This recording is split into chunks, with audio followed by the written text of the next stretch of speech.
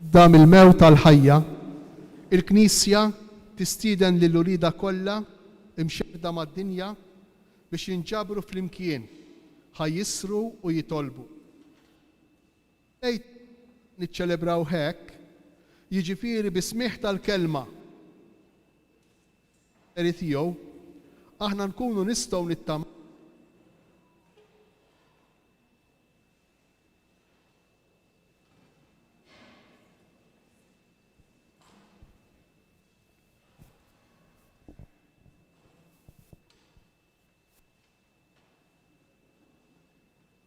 la qaddes dan in-nar ġdid.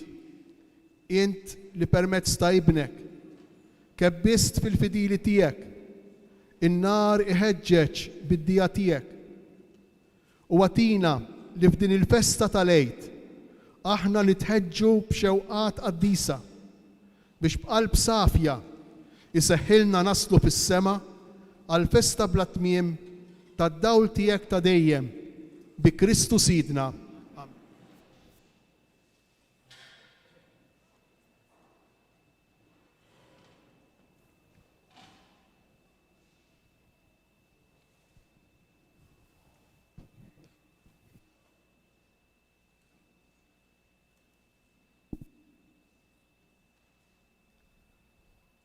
Kristu il-bieraħ u l-lum, il-bidu u t-tmiem, l-alfa u l-omega. Tiegħu iż-żminijiet u l-eternità. Lilu kull glorja u seta għal dejjem ta' dejjem.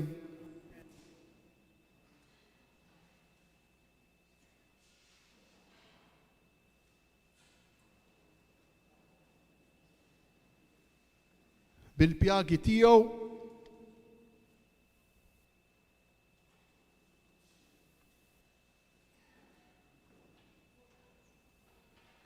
qaddisa u glorjużi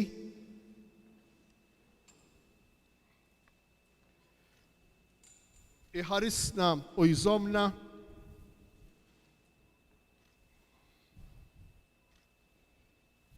u l-mulej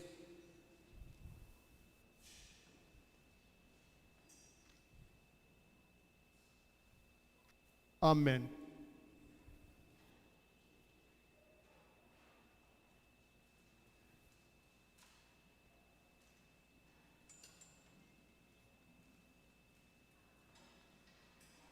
Id-dawl ta' Kristu li qam glorjus mill-imwiet, mill-qalb u l-fema tagħna ikeċċi id-dlamijiet.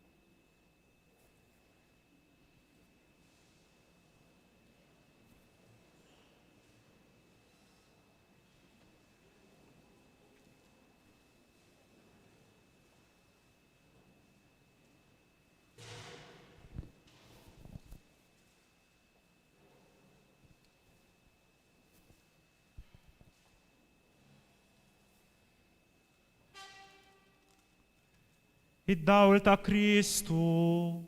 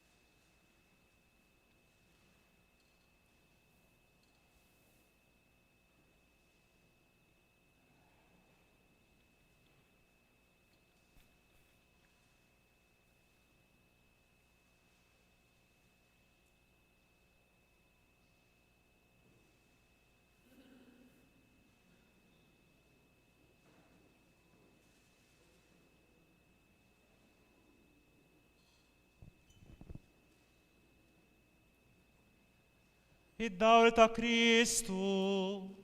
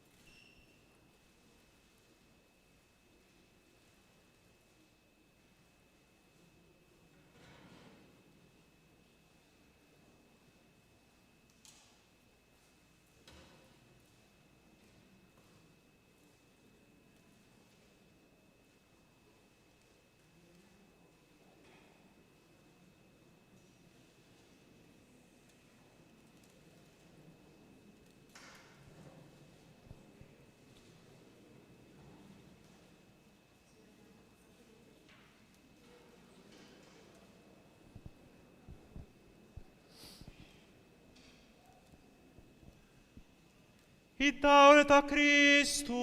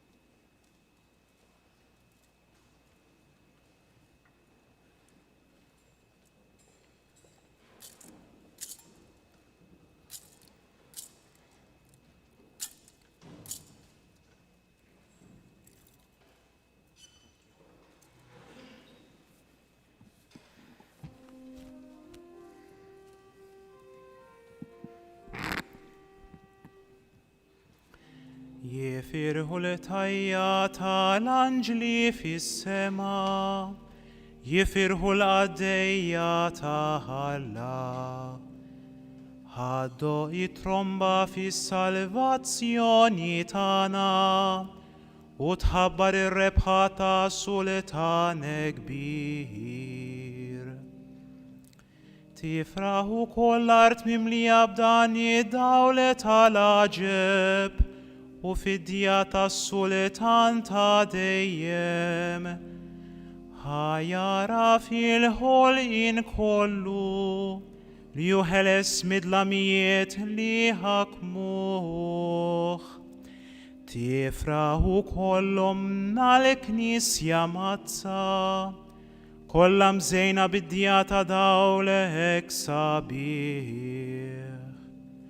U ħajidwu l-ħitan ta' dan it-tempju, blaja ta' ferħ tal-poplu miġbur fih. U intom ħut jeżies li nġbartu hawn fid-dija tal-aġeb ta' din il-miexela ħaddisa. Nitlobkom biex flimkien miegħi insejħu fuqna l-ħnina tal-Alla li jista' kollox. U bħalma hu lili bla ma jistħoli oġbu jilqani fl-ordni ta' djakni. Ekku kol issa jimlini bid-dawli tiegħu ħantem sal-aħħar it-tifħir ta' dan il-blandun. Il-mulej ma'kom. Nerfgħu qlubna le fuq. Nizzuħar li l-mulej Alla tana.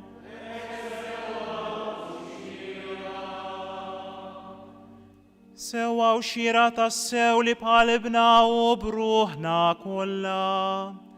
Nerfgħu leħinna biex infaħru l-Alla li ma jidirx, il-missier li jista' kollox u lil Sidna Ġesu Kristu ibnu l-waħdini. U ħalla salina lil-missier etern id-dejn li kien għamel Adam, u bid-demm għażiż tiegħu li xerret għalina. Ħassar il-kitba tal-kundanna li ħadna fil-bidu. Araw ħedin namlu l-festa tal-Eid, meta nqatel dak il-ħaru veru, li demmu jikkonsagra l-bibien tal-fidili. Dan huwa l-lejl li fih żmien ilu intħriġt lill-missirietna u li Iżrael mill-Eġittu, u għaddejthom fl-inxief mill-baħar tal-qasab. Dan mela huwa l-lejl li fih tkeċċew id-dlamijiet ta' dnubietna, permezz tal-kolonna tan-nahar. Dan huwa l-lejl li fih fid-dinja kollha min jemmen fi Kristu jqaċċat kull rabta ħażina, jeħles mid-dalma ta' dnubietu, jikseb il-grazzja u jissieħeb mal-qaddisin. Dan huwa l-lejl li fih Kristu eret il-jasar tal-mewt u għam rebbieħ fuq is-seta tal-ħażen. Għaliex xejn ma kien jiswilna nitwildu li kien kumbat ma nfdejniex. Xi ħniena tal-aġeb oġbok turi magħna, xi mħabba wozza li ma bħala biex tajt li libnek stess għal-mewt ħalli tifdil il-min kien il-sihir. Kem tassew ma setax inħarab id-dnub ta' Adam biex tħassar bil-mewt ta' Kristu. Xi ħtija ħinja kienet la darba stħaqila feddej kbir bħal dan. Ħini tassew dan il-lejl li hu waħdu sar jaf is-sija u l-waqt tal-qawmien ta' Kristu mill-imwiet. Dan huwa l-lejl li fuq inkiteb, il-lejl jiddi bħal binar, u l-lejl u dawla li jafi l-għaxa tiegħi. Jalla mela bil-misteru ta' dan il-lejl għaddis, jinħeret il-ħażen titnaddaf kull ħtija, jissaffa kull min waqaf id-dnub, jimtela bil-ferħ kull min mnikket, tixxejjen il-mibeda, titnissellada fil-lub u jitċekken kull min gburi. Brata ħajra l-grazzja ta' dan il-lejl, il-qamela missir għaddis. L-offerta solenni ta' dan il-blandun mamul mix-xema tan-naħal. Din l-offerta qed tagħmililek il-Knisja mqazza permezz tal-ministri tagħha bħala sagrifiċċju ta' tifħir ta' filgħaxija. Aħna issa rafna x'inhu l-messaġġ ta' dan il-blandun miexew li fġieħ Alla.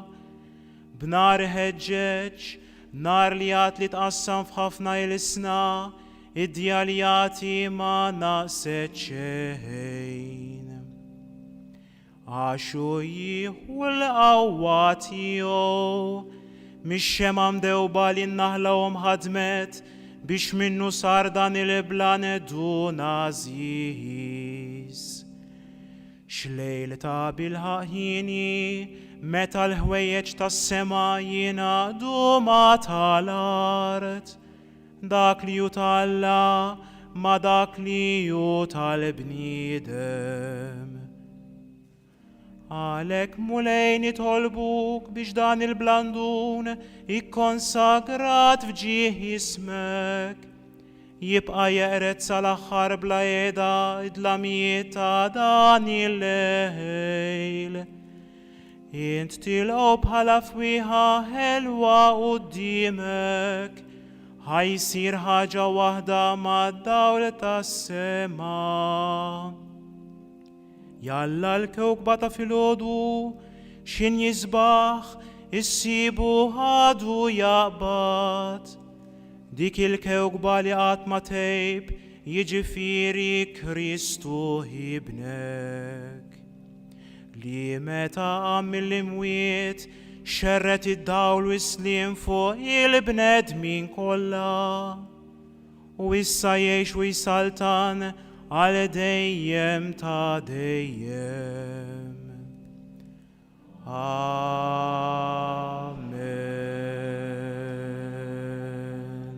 Nitfu x-xema.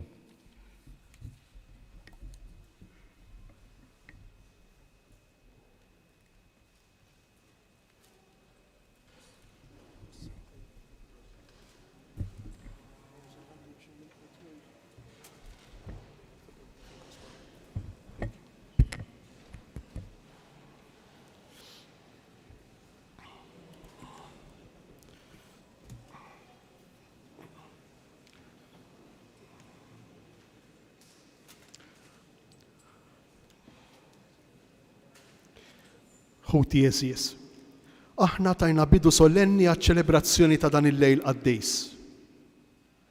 Ejja issa ninġabru f'qalbna, ħalli nisimgħu l-kelma t'Alla. Indawru ħsibijietna fuq dak kollu li fl-imoddi Alla għamel biex isalva l-poplu tiegħu. U kif l-aħħar batilna lill-Ibnu biex jifdina. U nitolbu biex dan l-emil ta' salvazzjoni li hu lejl tagħna Alla jwasslu sal-aħħar bil-fidwa sħiħa.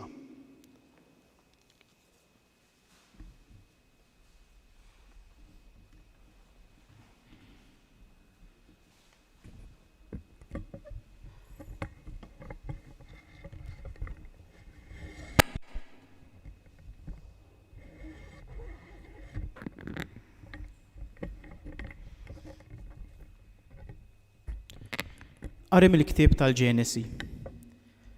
Fil-bidu Alla ħalaq is-sema u l-art, u kienet l-art ta' ħwit u baħ, u d-dlam kien fuq wiċċ l-abbissi u fuq wiċċ l-ibħra kien jittajjar l-Ispirtu ta' Alla.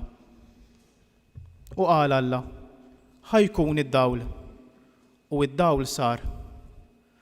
U ra Alla d-dawl li kien tajjeb, u Alla firet id-dawl mid-dlam, u id-dawl Alla semmih jum, u id-dlam sejjaħlu lejl, u dalamu sebaħ l-ewwel jum. U qal Alla, ħajkun hemm medda f'nofs l-ilmijiet u tifret l-ilma mill-ilma. U Alla għamel il-medda u firet l-ilma ta' taħt il-medda mill-ilma ta' fuq il-medda. U hekk sar. U l-medda Alla semmija sema. U dalamu sebaħ it-tieni jum. U qal Alla, ħajinġemew naħa waħda l-ilmijiet ta' taħt is-sema u jidher l-inxif. U hekk sar. U sejjaħ Alla l-inxif art, u l-ġema tal-ilma sejħilha baħar. U Alla ra li kollox kien tajjeb. U qal Alla, ħadd nibbet l-art il-ħaxix, ħaxix li jagħmel iż-żerrija, siġar li jagħmlu l-frott biż-żerrija ġo fih skont għamlithom fuq l-art. U hekk sar. U nibtet l-art il-ħaxix, ħaxix li jagħmel iż-żerrija. U dalamu sebaħ it-tielet jum. U qal Alla, ħajkun hemm imnariet fil-firxa tas-sema biex jifirdu il-jum mill-lejl u jkunu sinjali ta' tqassim ta' żminijiet, tal-jiem u tas-snin. U jkun hemm imnariet fil-firxa tas-sema biex idawlu l-art. U hekk sar. U għamel Alla żewġ imnariet il-kbar, l-imnara l-kbira biex triġi l-jum u l-imnara żgħira biex triġi l-lejl u l-kwiekeb. U Alla qiegħdhom fil-firxa tas-sema biex jiddu fuq l-art u jiriġu l-jum u l-lejl u jifirdu id-dawl mid-dlam. U Alla ra li kien tajjeb u dalamu sebaħ ir-raba' jum.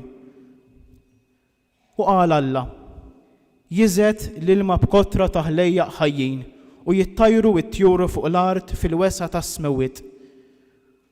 U Alla ħalaq il-ħut kbir u l-annimali kollha li jitkaxkru li bihom miżewt l-ilma skont ġenshom u t-tajr bil-ġwienaħ skont ġenshom. U ra Alla li kien tajjeb. U berikhom Alla u qalilhom, weldu u oktru u imlew l-ilma tal-ibħra u joktor it-tajr fuq l-art. U dalamu sebaħ il-5 jum. U qal Alla, ħadd nissel l-art ħlejjaq ħajja skont ġenshom, bejjem tad-dar, annimali li jitkaxkru u bejjem selvaġġi skont ġenshom. U hekk sar. U Alla għamel il-bejjem selvaġġi skont ġenshom u l-bejjem tad-dar skont ġenshom u l-ħlejjaq kollha li jitkaxkru fuq l-art skont ġenshom. U ra Alla li kien tajjeb. U qal Alla, ħanamlu l-bniedem fuq is-sura u x-xbija tagħna u jaħkmu fuq il-ħut u l-baħar u fuq it-tajr tal-ajru, fuq il-bejjem tad-dar u fuq il-bejjem selvaġġi u fuq il-ħlejjaq li jitkaxkru fuq l-art. U Alla ħalaq il-bniedem fuq xbijietu, fuq xbija ta' Alla ħalqu, raġel u mara ħalaqhom. U berikhom Alla u qalilhom, nislu u oktru u imlew l-art u aħkmuha u saltnu fuq il-ħut tal-baħar u t-tajr tal-ajru u l-ħlejjaq kollha li jitkaxkru fuq l-art.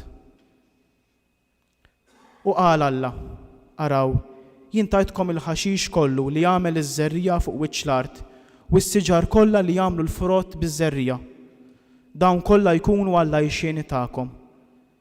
U l-bejjem kollha selvaġġi u t-tajr kollu tal-ajru u l-ħlejjaq kollha li jitkaxkru fl-art li fihom nifs il-ħajja, nagħtihom il-ħaxix kollu aħdar Alla jxieni tagħhom.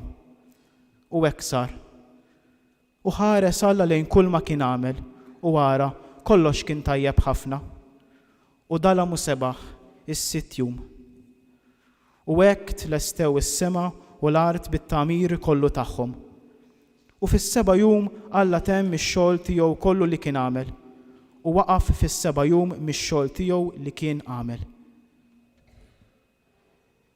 Il-kelma tal-mulej.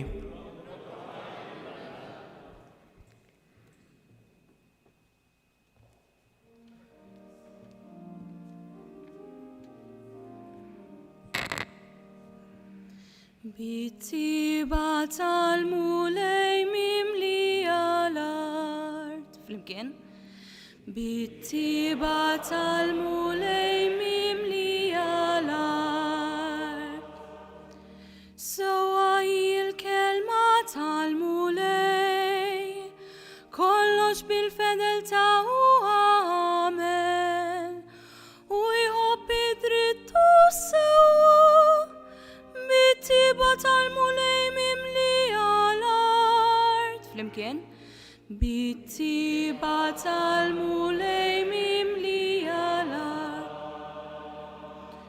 Bil-kelma tal-mulej saru smewit, u b'nifsfhom u t-tiżjin kollu tagħhom, bħal fġarra li l-mijiet ġabar, u l-ibħra kbar fimħazen. Flimkien? Bittiba tal-mulej mimlija l-art.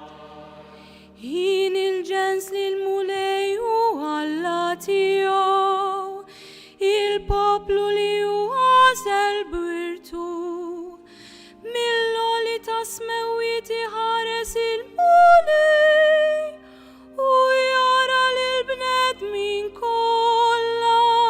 Flimkien? Bittiba tal-mulej mimlija l-art. Ruħna tixxenna għal-mulej u lajnuna u tarkatana, ħatkun mulej jittiba tijek fuqna, kif ikit-tamatana. Flimkien? Bittiba tal-mulej mimlija l-art. Bittiba tal-mulej mimlija l-art.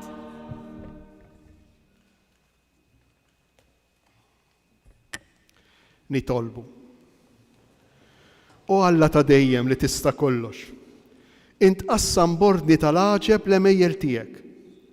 Għamel li l-mifdijin tiegħek jifmu li l-ħolqien fil-bidu tad-dinja ma kienx emejl aqwa fil-kobor minn dak li sar fil-milja ta' żminijiet bis-sagrifiċċju tal-ejtana li hu Kristu. U li jgħix u jisaltan għal dejjem ta' dejjem. Amen.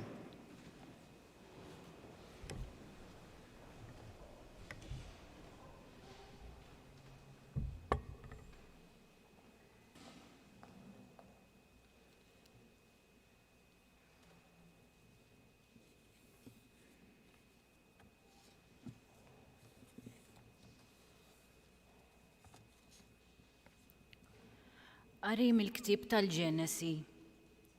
F'dak iż-żmien Alla ried iġarrab lil Abraham u qallu: Abraham, u wieġbu hawn jien u qallu: aqbad il-libnek il-waħdini li inti tħobb lil Iżak u mur l-art ta' Morija u hemm offrih b'sagrifiċċju tal-ħruq fuq waħda mill-għoljiet li jien se ngħidlek. U Abraham bakkar mas-sebħ, xett il-ħmar tiegħu, ħadd tnejn mill-qaddejja tiegħu u lil Iżak, qatta l-ħatab għas-sagrifiċċju tal-ħruq u qam u telaq lejn il-post li qallu bih Alla. Fit-tielet jum Abraham rafa' għajnejh u lemaħ il-post mill-bogħod. U Abraham qal lill-qaddejja tiegħu: oqgħodu hawn bil-ħmar u jien u żagħżugħ immorru sa hemm u nagħtu qima u nerġgħu lura ħdejkom. U Abraham qabad il-ħatab għas-sagrifiċċju, qabbih fuq Iżak ibnu, ħa f'idejh in-nar u s-sikkina u telqu tnejn flimkien. U Iżak qal lil Abraham missieru: Missier, dak wieġbu: hawn jien ibni. U Iżak qallu: hawn huma n-nar u l-ħatab, fejn hu l-ħaruf għas-sagrifiċċju tal-ħruq? U Abraham wieġbu: Alla jaħseb hu għall-ħaruf għas-sagrifiċċju ibni. U baqgħu sejrin it-tnejn flimkien. U waslu fil-post li kien semmielu Alla, u hemm Abraham bena l-artal u firrex il-ħatab fuqu u u rabat il-libnu Iżak u qedu fuq l-artal fuq il-ħatab. U Abraham met tidu u qabat is-sikkina biex joqtol il-libnu. U sejjaħlu l-anġlu tal-mulej mismewwiet u qallu, Abraham, Abraham. U dan wieġbu hawn jien u qallu, la tmitx idek fuq iż-żagħżugħ u tagħmillu ebda ħsara, għax issa naf li inti tibża minn Alla u ma tċaħħadniex minn ibnek il-waħdieni.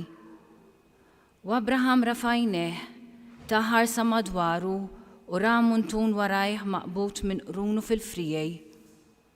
U Abraham mar u qabad il-muntun u fbrieħ b'sagrifiċċju tal-ħruq minflok ibnu. U Abraham semma dak il-post Jahwe Jireh, jiġifieri il-mulej jipprovdi, kif għadu jingħad sal-lum fuq il-muntanja Jahwe Jireh, il-mulej jipprovdi. U għat-tieni darba l-anġlu tal-mulej sejjaħ lil Abraham mismewwiet u qallu, naħlef fuq ruħi, oraklu tal-mulej, la darba jien għamilt ħaġa bħal din u ma ċaħħadniex minn ibnek il-waħdini, jien imbirkek żgur u nkattarlek sewwa lil nislek bħal kwiekeb tas-sema u bħal ramel f'xatt il-baħar. U nislek għatjiret il-bibien tal-edewwa tiegħu u jitbirku b'nislek il-ġnus kollha tal-art tal-li smajt minn kelmti. Il-kelma tal-mulej.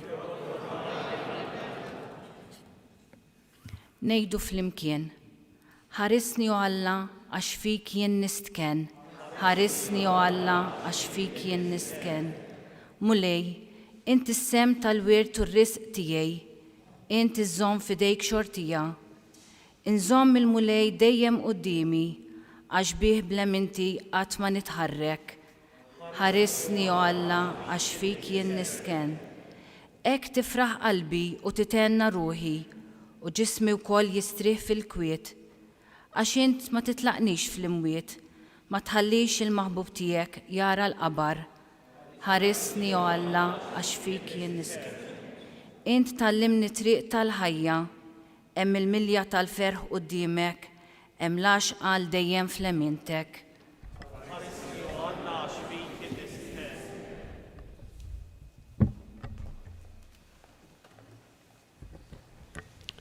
Nitolbu. O Alla, missier il-fidili tiegħek, inti xxerret il-grazzja tal-adozzjoni u tkattar mad-dinja kollha l-att tal-uliet skont il-weda tiegħek. Bil-misteru tal-għejd li l-qaddej tiegħek Abraham tagħmlu kif ħliftlu missier il-ġnus. Għati lill-poplu tiegħek li jwieġbu kif jixraq għas-sejħa tiegħek. Bi Kristu Sidna. Amen.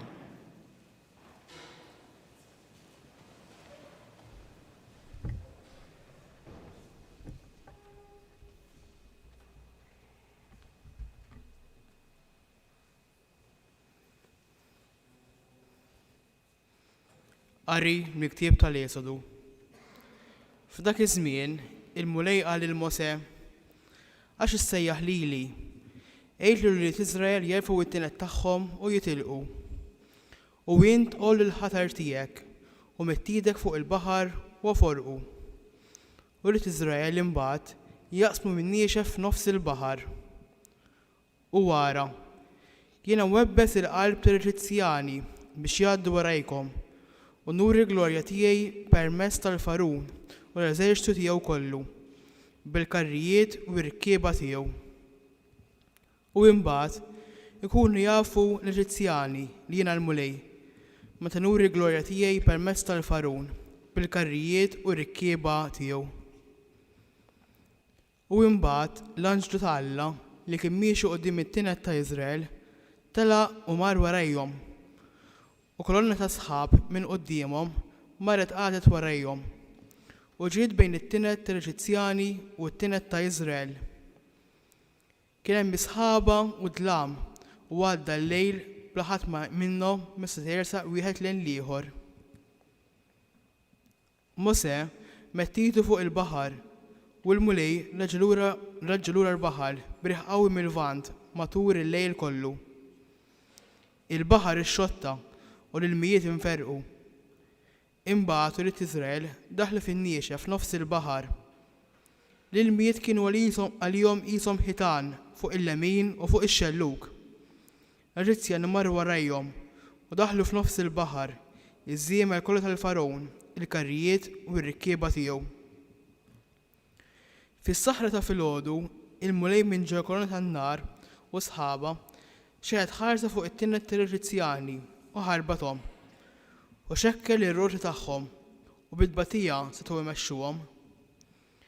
Imbagħad l-Eġizzjani bdew jgħidu ħanħarbu minn quddiem Iżrael għax il-mulej qed jiġġieled kontra l-Eġizzjani. U l-mulej qal lil Mosè: mitti idek fuq il-baħar u l-ilma jerġa' lura fuq l-Eġizzjani bil-karrijiet u r-rikkieba tagħhom. U Mosè mett iedu fuq il-baħar u ma sbieħ il-jum il-baħar reġa' lura fejn kien qabel u l-Eġizzjani huma jaħarbu sabu ruħhom fih. Hekk il-mulej ġerribhom f'nofs l-ilma. L-ilmijiet reġgħu lura u għalqu l-karrijiet u r-rikkieba tal-eżerċitu kollu tal-Farawn li kienu ġejjin warajhom fil-baħar. Anqas wieħed ma baqa' minnhom. U Ulied Iżrael għaddew min-niexa f'nofs il-baħar u l-ilmijiet kienu għalihom bħal ħitan, wieħed fuq il-lemin u l-ieħor fuq ix-xellug. Dakinhar il-mulej salva l-Iżrael minn ried l-Eġizzjani u Iżrael l-Eġizzjani mejtin fuq xatt il-baħar. Ra Iżrael kull ma għamel il-mulej l-Eġizzjani bil-qawwa ta' driegħu. U beża l-poplu mill-mulej u għemmen fil-mulej u f'Mosè l-għaddej tiegħu. Imbagħad Mosè flimkien ma' Ulied Iżrael għandha dil-għanja lill-mulej u qallu: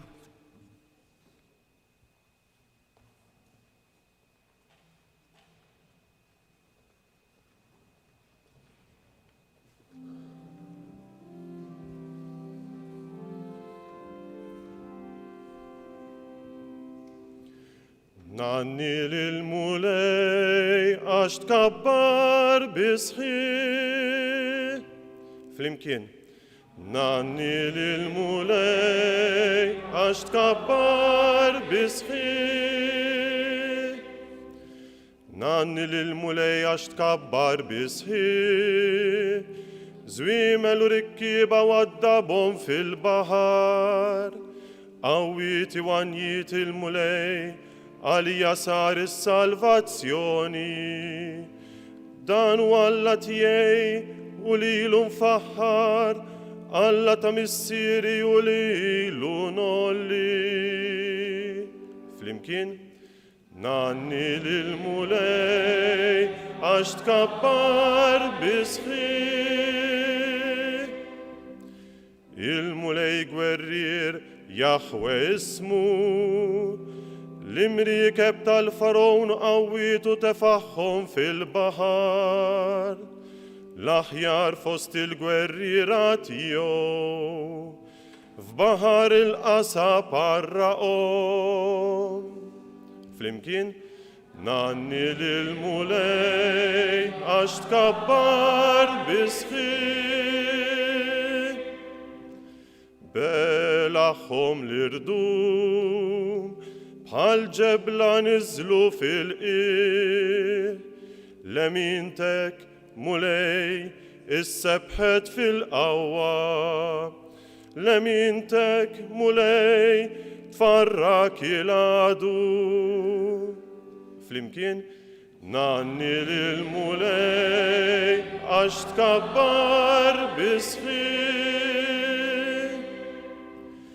Lil-poplu tiegħek intwasslu tħawlu fuq il-muntanja l-wirt tiegħek. L-imkien mulej li jinta miltu għamartek. Il-maqdes sidi li ħejjew idejk. Il-mulej saltan għal dejjem ta' dejjem.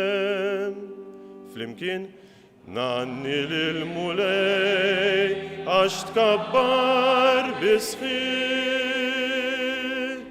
Nanni lil-mulej għax tkabbar bisħi.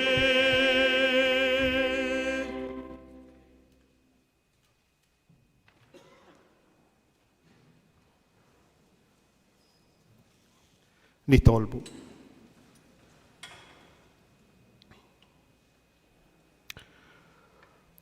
U Alla ta' dejjem li tista' kollox, kattar f'ġeħismek in-nisel li jintwet lil missirijietna għal fidi tagħhom, li għamilt mal-poplu tiegħek fil-patt il-qadim u rejtna kif il-baħar tal-qasab u għaxbija tal-fonti tal-Mamudija u kif il-poplu ta' Iżrael meħlus mill-jasar tal-Farawn u għadel misterjuż tal-poplu Nisrani.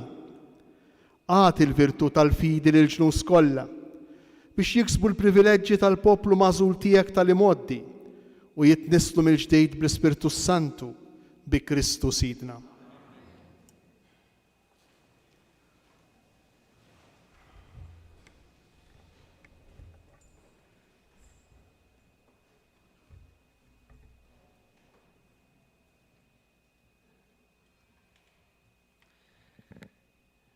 الربع قري بمحبة تديم حنا عليك المولي من كتاب تا بروفيتا إسايا العروستيك اللي خلقتيك يحوه تلزجتي اسمه الفديتيك القديس تا إسرائيل الله ترى الكل يسيح إيفا بالمرة متلوقة ومضايقة في قلبها سيح لك المولي بالمرة متلوقة في زوزيتا يايت المولي الله تيك عرفتيت ين طلعتك ما بمحبة بلقيس ين نرجع نجبرك في الصحنة الكورلا بيت ويتشي عرفتيت منك بمحبة تديم انهن عليك يايت المولي الفديتيك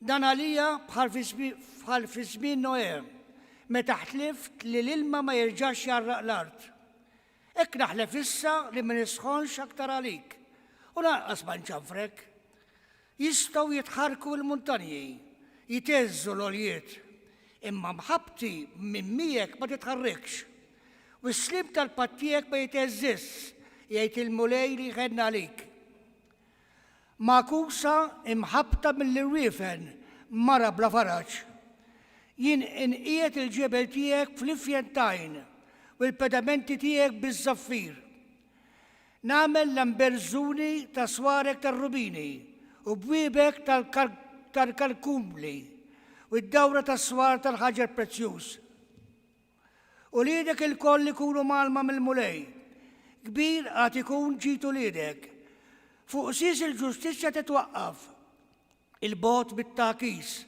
عش ما عندكش بيش تبزا والبوت بتوروير عش ما يرسقش ليك يك يحبطوا عليك ما يكونش مني من يحبط عليك يقع قدامك الكلمة المولاي سام ريسبونسوريالي ريدو في المكيل نون ليك مولاي أشر فايتني نون ليك مولاي أشر فايتني وما فرحش لدوتي بيها مولاي تلايت لي من الموت للروحي لسني من فوز داوك اللي ينزلوا في الحفرة نون ليك مولاي أشر فايتني عنو للمولاي حبيب تيهو فحروا لسه مقدس تيهو أشتيت الدوم الصحنة تيهو إزدا أوبر صحيح لمحبة تيهو في العشاء يدخل البكي في الودو يدوي لا يات فرح نوليك مولاي اسمعني مولاي وحنا ليا كون مولاي لعنونا تيهي إن بدلت في سفيلة لتيهي مولاي الله تيهي انفحرك على دايم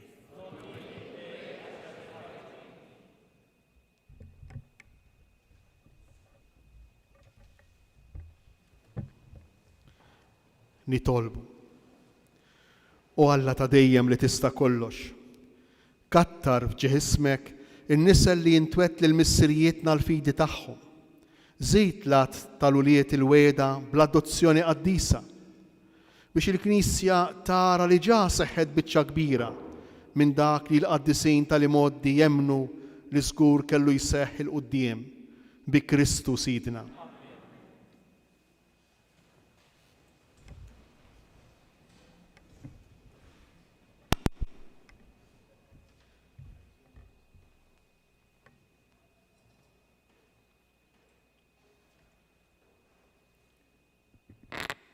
Qari mill-ktieb tal-profeta Iżajja.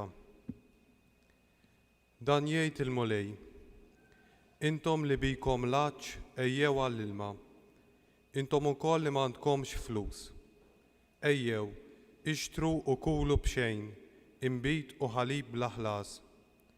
Għaliex taħlu fluskom f'dak li mhuwiex ħobs u ġidkom f'dak li ma jxebbax. Isemew minni u tiklu tajjeb u ruħkom titpaxxa bikel bnin. Għatuni widen u wersqu lejja, isemew u tieħdu r-ruħ. Nagħmel patt magħkom għal dejjem biex iseħħu l-favuri imweda lil David. Ara, jien qedtu xut fost il-ġnus, prinċep u leġislatur fuq il-popli. Inġens li ma tafx bih issejjaħ, ġnus li ma jafukx jiġru lejk, minħabba fil-mulej Alla tiegħek, il-qaddis ta' Iżrael, għax lilek żejjen bil-ġieħ. Fittxu il-mulej sakemm tistgħu issibuh, sejħulu sakemm hu fil-qrib. Ħajħalli triqtu il-midneb, u l-bniedem il-ħażin femitu. Ħajjerġa' lura għand il-mulej u jħenna għalih, għand Alla tagħna għax hu jaħfer ħafna. Il-femiet tiegħi mhumiex femietkom, u t-triqat tiegħi mhumiex triqatkom, oraklu tal-mulej. Għax daqskemm huma ogħla ismewwiet mill-art, daqshekk ieħor huma triqati il fuq minn triqatkom, u l-femiet tiegħi mill-femiet tagħkom. Bħalma x-xita u s-silġ jinżlu mis-smewwiet u ma jerġgħux lura minn ġew bla ma jsaqqu l-art, imma jġeluha tnissel u tnibbet u tagħti ż-żerrija lil min jiżra u l-ħobs lil min jiekol, hekk jiġri minn kelmti. Hija toħroġ minn fommi u ma terġax lura vojta, imma tagħmel dak li jogħġob lili u ttemm dak li nkun batta tagħmel. Il-kelma tal-mulej.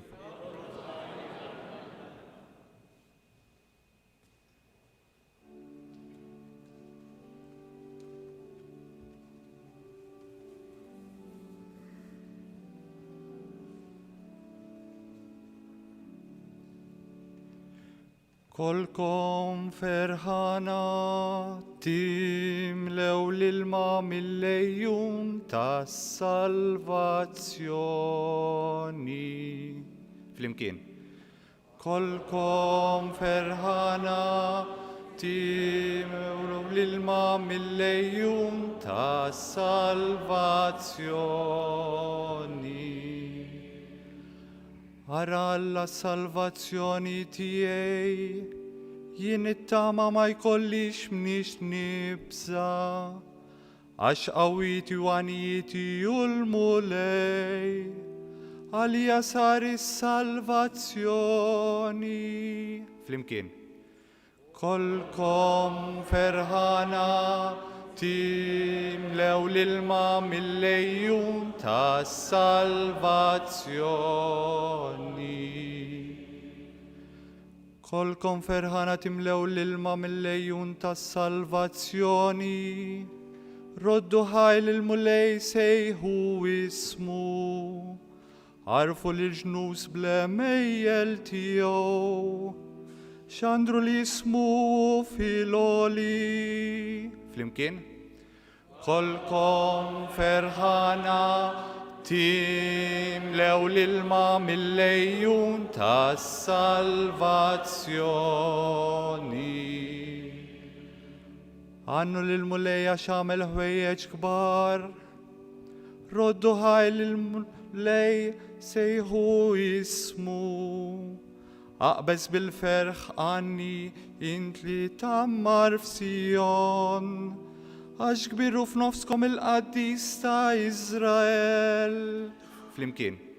Kolkom ferħana timlew l-ilma mill-lejjum tas salvazzjoni.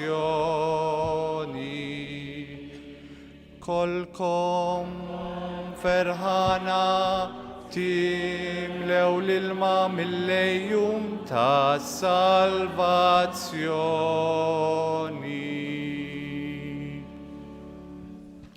Nitolbu. O Alla ta' dejjem li tista' kollox, int waħdek it-tama tad-dinja. F'hom il-profeti tiegħek ħabbart minn qabel il-ġrajja tas-salvazzjoni li qed isseħħ illum. Ħares lejna bisliem u qawwi x-xewqat tal-poplu tiegħek. Għax ħadd mill-fidili tiegħek ma jimxi l quddiem fit-tajjeb jekk ma tnebħux int bil-grazzja tiegħek bi Kristu Sidna.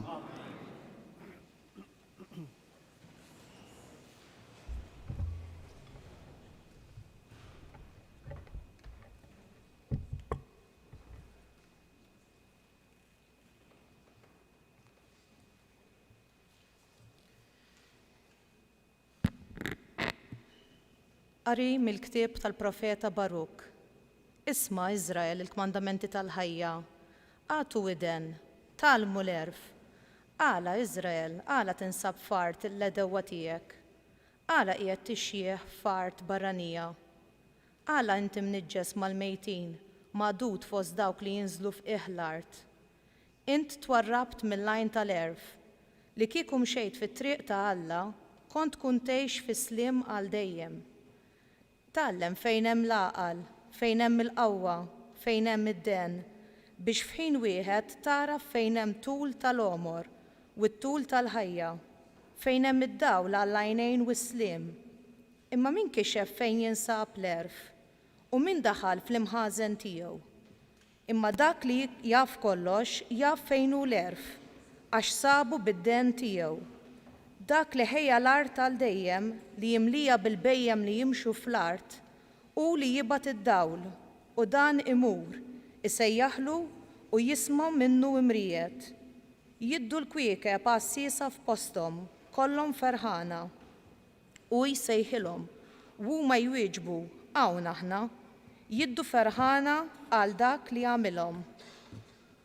Dan huwa Alla tagħna, ħadd ma joqgħod ħdejh. U sab it-triq kollha tal-erf u taħ lil Ġakob il-qaddej tiegħu u lil Iżrael il-maħbub tiegħu. Imbagħad dan l-erf der fid-dinja u għammar fost il-bnedmin. U ktieb il-kmandamenti tal-Alla u l-liġi li tibqa' għal dejjem. Kull min iħarsu jgħix, dawk li jħalluh imutu. Erġa' lura Ġakob u ilqa' l-erf, imxi lejn id-dija ta' dawlu. Titlaqx il-glorja tiegħek lil ħaddieħor, lanqas ġieħek lil ġens barrani. Ħinja aħna Iżrael, għax dak li joġob lil Alla kien mara flilna. Il-kelma tal-mulej. Salm responsorjali ngħidu flimkien. Mulej, int għandek il-kliem tal-ħajja ta' dejjem. Int għandek il-kliem tal-ħajja ta' dejjem. Il-liġi tal-mulej perfetta u tagħti il-ħajja. Ix-xhieda tal-mulej jisewwa u tgħallem lil min ma jafx ngħidu flimkien.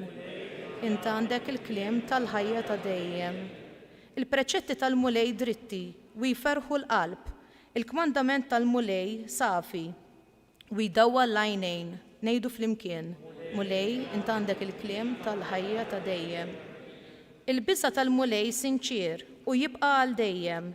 Il-ġudizzji tal-mulej sewwa u msetqa għal kollox, ngħidu flimkien. Lej, int għandek il-kliem tal-ħajja ta' dejjem. Eżes mid-deb l-aktar fin, oħla mill-asel u mill-qtar tax-xhieda, ngħidu flimkien. Mulej, int għandek il-kliem tal-ħajja ta' dejjem. Nitolbu. U Alla ta' dejjem, int kabbar il-Knisja tiegħek billi ssejjaħ għal ħdana ġnus ġodda. Fil-ħdina tiegħek żomm taħt il-ħarsin tiegħek lil kull min jitnissel mill-ġdid fl-ilma tal-Magħmudija bi Kristu Sidna.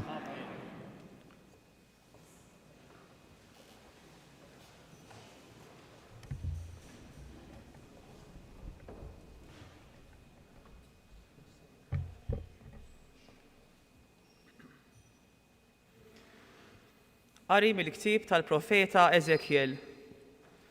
Ġietni l-kelma tal-mulej u qalli, o bniedem, meta d-dar ta' Iżrael kienu għadhom farthom, huma tebbowna bl-imġiba tagħhom u bemilhom.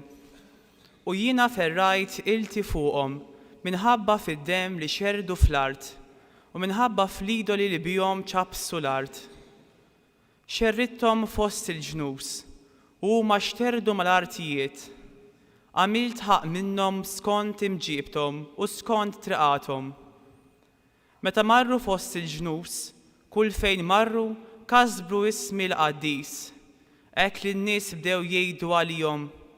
Dan hu l-poplu tal-mulej li kellhom joħorġu minn artu. Imma jimbżaj tal-ismi l-qaddis li wlied Iżrael kasbru fost il-ġnus fejn marru.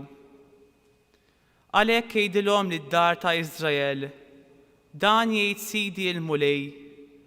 Mhux minħabba fikom sejjer nagħmel dan, dar Iżrael, iżda minħabba f'ismi l-qaddis li intom kasbartu fost il-ġnus fejn mortu. Jiena nqaddes ismi l-qaddis, imkasbar minnkom fost il-ġnus li f'nofshom kasbartuh, u l-ġnus ikunu jafu li jiena l-mulej, meta nuri qdusiti fikom quddiem għajnejhom, oraklu ta' Sidi l-mulej. Meta noħodkom minn fost il-ġnus u niġmakom mill-artijiet kollha u nerġa' ndaħħalkom f'artkom. U rox fuqkom il-masafi u tissaffew mit-tinġis kollu tagħkom, mill-idoli kollha tagħkom insaffikom. U nagħtikom qalb ġdida u ruħ ġdida inqiegħed ġo fikom. U nneħħi minn ġisimkom il-qalb tal-ġebel u nagħtikom qalb tal-laħam floka. U nqiegħed ruħi ġo fikom u nagħmel li timxu skont il-kmandamenti tiegħi u li żommu l-praċetti tiegħi u tħarsuhom. U tagħmlu fl-art li tajt il-misterijietkom u intom tkunu l-poplu tiegħi u jiena nkun Alla tagħkom. Il-kelma tal-mulej.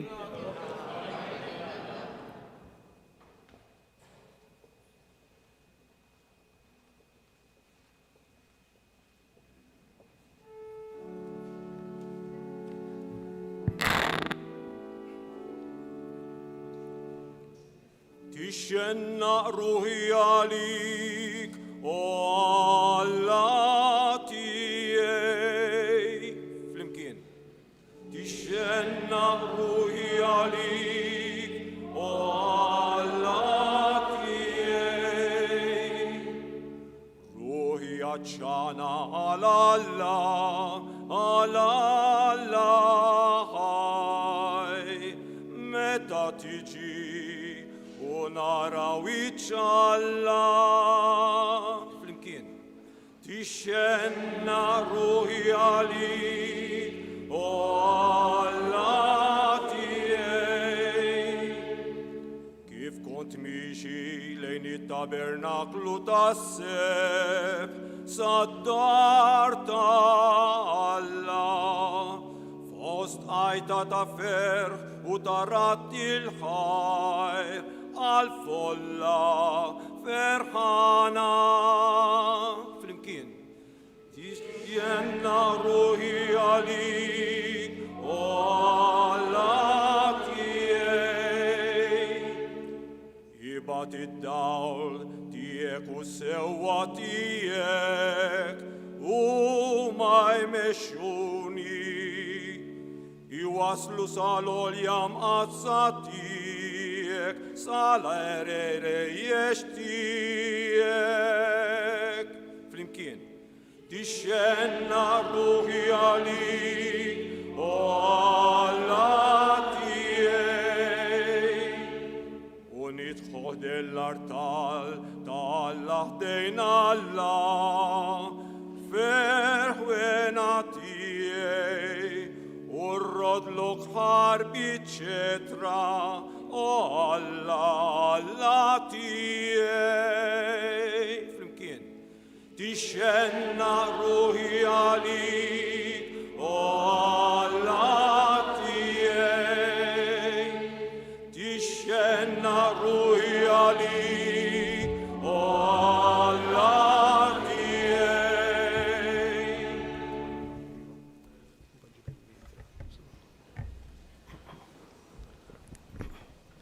Nitolbu. O Alla, qawwa li qatt ma titbiddel, daw li qatt ma jgħib. Fil-ħdina tiegħek ħares lejn il-misteru kollu tal-Knisja u għamel li jseħħ aktar bisliem il-pjan tiegħek tas-salvazzjoni tal-bniedem skont ma ħejjejtu int sa minn dejjem. Ħatara u tifhem id-dinja kollha li kull ma ġġarraf jerġa' jinbena, kull ma qdiem jiġġedded u kollox jerġa' jissaħħaħ b'Ġesu Kristu Sidna li hu l-bidu ta' kollox u li jgħix u jisaltan għal dejjem ta' dejjem. Gloria in excelsis Deo.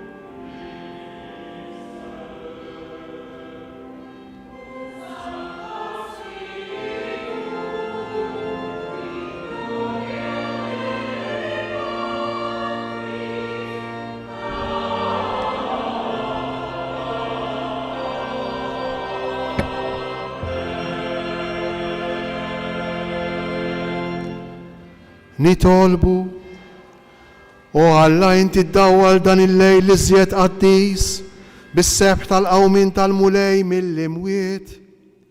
Għajjem fil-Knisja tiegħek l-ispirtu ta' adozzjoni biex aħna niġġeddu fir-ruħ u fil-ġisem u naqduk fis-safa ta' qalbna. Bibnek Ġesu Kristu Sidna li hu Alla u li miegħek jgħix u jisaltan flimkien mal-Ispirtu Santu għal dejjem ta' dejjem.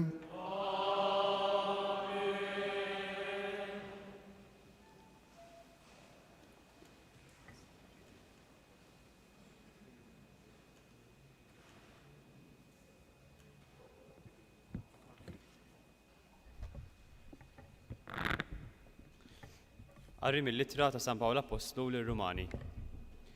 Ħuti, ma tafux li aħna il-koll li tammidna fi Kristu Ġesu tamidna fil-mewt tiegħu.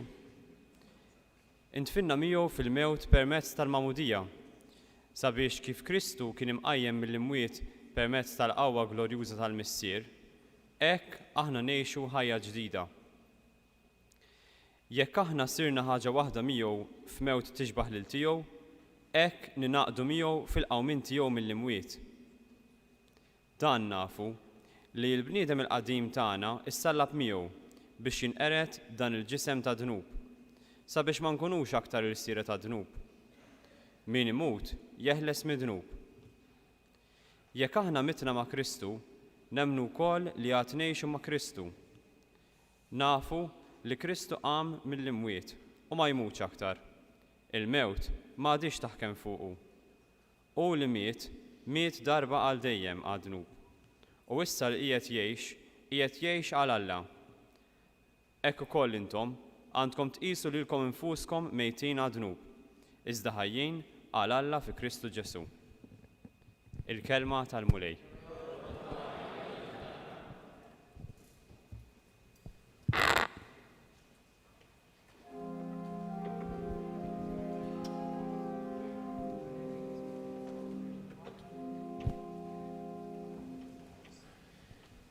Missier, inħabbarlek ferħ kbir.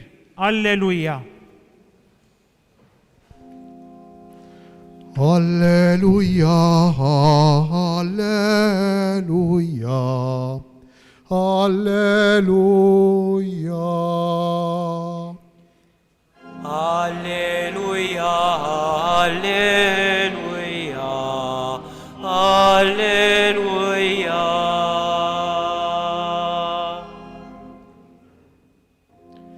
Alleluja, alleluja, alleluja. Alleluja, alleluja, alleluja. Alleluja, alleluja. Alleluja. Alleluja, alleluja, alleluja. Faħru lil-mulej għaliex hu tajjeb, għax it-tiba tiegħu għal dejjem. Ħajjgħidu li t'Iżrael għal dejjem it-tiba tiegħu. Flimkien? Alleluja, alleluja, alleluja.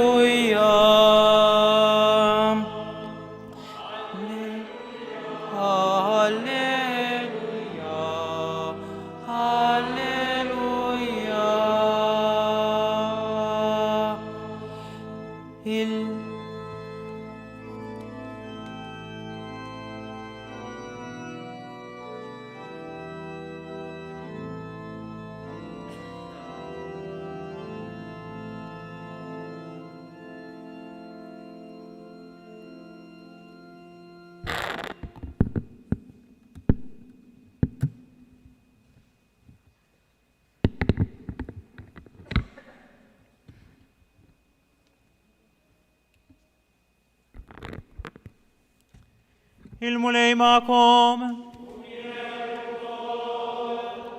Għari mill-Evanġelju skont San Luqa.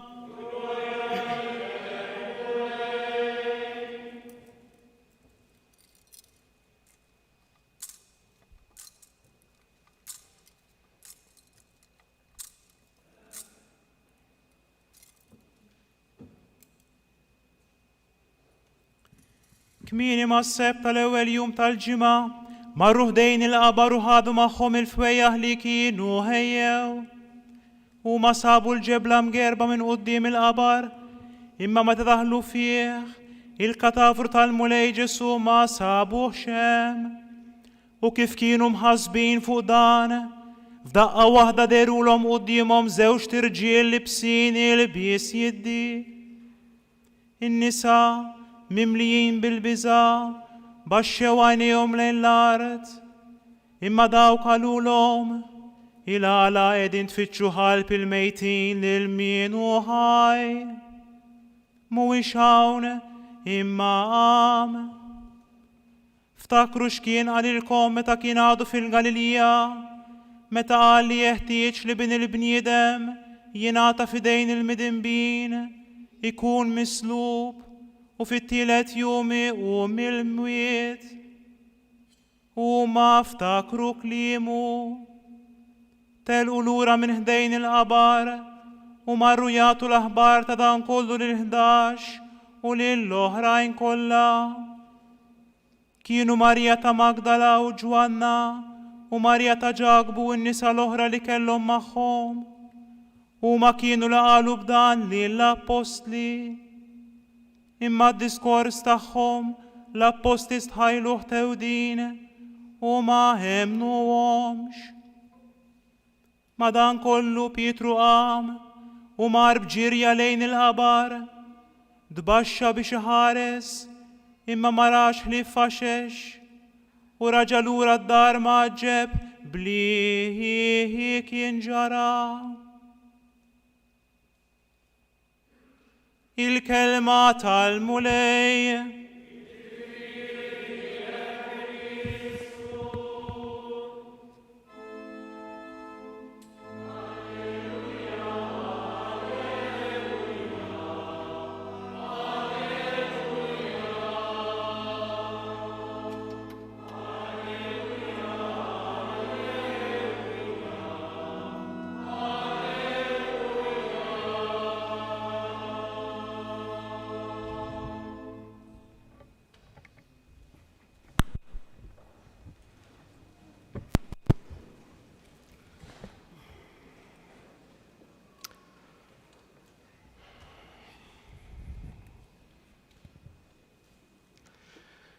Kiku kellna nemnu tassew li Ġesu huwa ħaj. Kif tinbidel il-ħajja tagħna? Tgħid kieku ninkwitaw daqshekk fuq kif se ngħixu sakemm immutu? Tgħid kieku ikollna daqshekk xewqa kilba li nakkwistaw li jkollna iktar jekk il-ħajja ta' veru nemnu li tibda wara l-mewt. Tgħid kieku ngħixu l-inkwiet tagħna, il-preokkupazzjonijiet tagħna bħal kieku it-tmiem tad-dinja spiċċa kollox. Jew ngħixu ftit differenti. Kemm nixtiequ li kieku din il-ġrajja li qed niċċelebraw il-lejla tassew, ta' veru. Kemm nixtiequ li verament il-mewt mhix it-tmiem, imma l-bidu, kemm nixtiequ. Imma nibżgħu li mhux veru. Interessanti għax fina hemm biża' u xewqa. U din ngħixuha kontinwament fil-ħajja. Xewqa għall-ħajja, xewqa għall-eternità u biża' li resqin lejn it-tmiem li se jispiċċa kollox. Friedrich Nietzsche li kien filosfu kien jgħid jiena ma nemminx li Kristu qam mill-imwiet. U ma kienx jiġib argumenti filosofiċi, kien jgħid ħares lejn l-uċċoħ tal-insara, tal-Kristjani u tinduna jekk hux veru jew le Kristu qam mill-imwiet. Kien jgħid kieku l-uċċoħ tagħna ikunu differenti. Nippruvaw nimxu fil-qosor, pass mal-Vanġelu tal-lum. Biex aħna wkoll ngħixu l-esperjenza ta' dawk in-nisa. Il-Vanġel jgħidilna kien l-ewwel fost, mhux l-ewwel jum tal-ġimgħa, traduzzjoni preċiża, l-ewwel fost is-sibtijiet, xabbaton, is-sibtijiet. Għalfejn? L-ewwel biex ifakkarna fil-ġimgħa tal-ħolqien li smajna fl-ewwel qari tal-lum mill-ktieb tal-Ġenesi. U t-tieni biex jgħidilna l-ewwel jum fost is-sebatijiem, fost is-sibtijiet, l-ewwel jum illi jimmarka ħolqien ġdid. U jekk tiftakru fl-ewwel qari mill-ktieb tal-Ġenesi, l-ewwel ħaġa li ħala Alla kienet, tiftakru x'kienet? Id-dawl. Id-dawl. Interessanti, Alla joħloq id-dawl. U meta joħloq id-dawl Alla? Joħolqu fuq il-kaos, fuq it-taħwit, fuq id-dlam, jgħidilna l-ktieb tal-Ġenesi. Fil-bidu kien it-taħwit. U fl-ewwel jum Alla joħloq id-dawl. Għalfejn jgħidilna dan l-awtur tal-Ġenesi? Għalfejn aħna propju l-lum fil-velja tal-għid, fil-lejl li fih nfakru l-qawmin ta' Ġesu mill-imwiet, nibdew propju din il-festa tagħna bid-dawl. Tiftakru li bdejna purċissjoni deħlin wara l-blandun, id-dawl. Jitħaltu fl-imkien, in-natura, id-dawl. Imqar ikollok ftit uġieħ, imqar tuġek sinna jew darsa. Bil-lejl, il-lejl jagħmilha iktar ibsa, iktar tqila. Meta jisbaħ, diġà il-fatt li rajt id-dawl tħossok aħjar. Aħna diġà iggerjati magħmulin għad-dawl b'mod naturali, b'mod naturali. Id-dawl fid-dlam. Tantu hekk li l-Lut u l-popli orjentali il-ġurnata tagħhom ma jibdewiex kif nibdew aħna. Il-ġurnata tagħhom tibda bil-lejl u tispiċċa bid-dawl. Tibda bid-dlam, tibda jew niżla x-xemx u tispiċċa fl-eqqel fil-qawwa tad-dawl. Għaliex? Għax il-bniedem mhux magħmul għad-dlam. Id-dlam mhux id-destejn, mhux l-aħħar kelma. Id-dlam u sempliċiment il-kamra ta' quddiem id-dawl, l-antikamera tad-dawl. Imma dan id-dawl kif jiġi? Dan id-dawl kif jiġi fl-Iskrittura? Dan id-dawl jiġi permezz tal-kelma t'Alla. Permezz tal-kelma. Fil-fatt, fil-ktieb tal-Ġenesi, smajnija kemm il-darba u Alla qal. U Alla qal. U dak li jgħid Alla imbagħad ikompli l-awtur u d-dawl sar. U hekk sar. Għax il-kelma t'Alla hija qawwija biżżejjed kif smajna mill-ktieb tal-profeta Iżajija illi dak li tgħid twettqu. U intom tiftakru x'qalulhom iż-żewġ tirġiel lil dawk in-nisa meta daħlu fil-qabar u ma sabux il-ġisem, ma sabux x'qalulhom in-nisa. Tiftakru x'qalilkom meta kontu għadkom f'Ġerusalem, tiftakru x'qalilkom u dawk ftakru. Ftakru fil-kliem ta' Ġesu. Għaliex l-anġli qalulhom tiftakru f'dak li qalilkom. Għax il-kelma t'Alla meta titkellem twettaq dak li tgħid. Il-kelma t'Alla hi qawwija u effettiva. Dak li tgħid tagħmlu. U jekk Ġesu fil-ħajja tiegħu kien qal lid-dixxiepli tiegħu li kellu jingħata f'idejn il-midimbin joqtluh u mbagħad iqum, din il-kelma t'Alla isseħħ għax hija kelma t'Alla. Imma aħna jiġrilna bħan-nisa. In-nisa stħajluh tewdejn kemm huma kif ukoll id-dixxiepli. Stħajlu lilhom infushom li qegħdin jewdnu. Hekk qalilna l-Vanġelu. Tħawdu qalilna l-Vanġelu. Aporija. Ma tafx fejn il-verità. U bil-fors. Għaliex għax aħna kważi immarkat fil-qalb tagħna, immarkat fil-moħħ tagħna hemm il-qabar. Kif daħlu fil-qabar, Jgħidilna l-Vanġelu, il-ġisem ma sabuħx. Interessanti imma x'Salluqa joqgħod attent li jgħidilna il-ġisem tal-mulej Ġesu, mhux il-ġisem ta' Ġesu. Il-ġisem tal-mulej Ġesu. Jiġifieri il-ġisem tas-Sinjur Ġesu.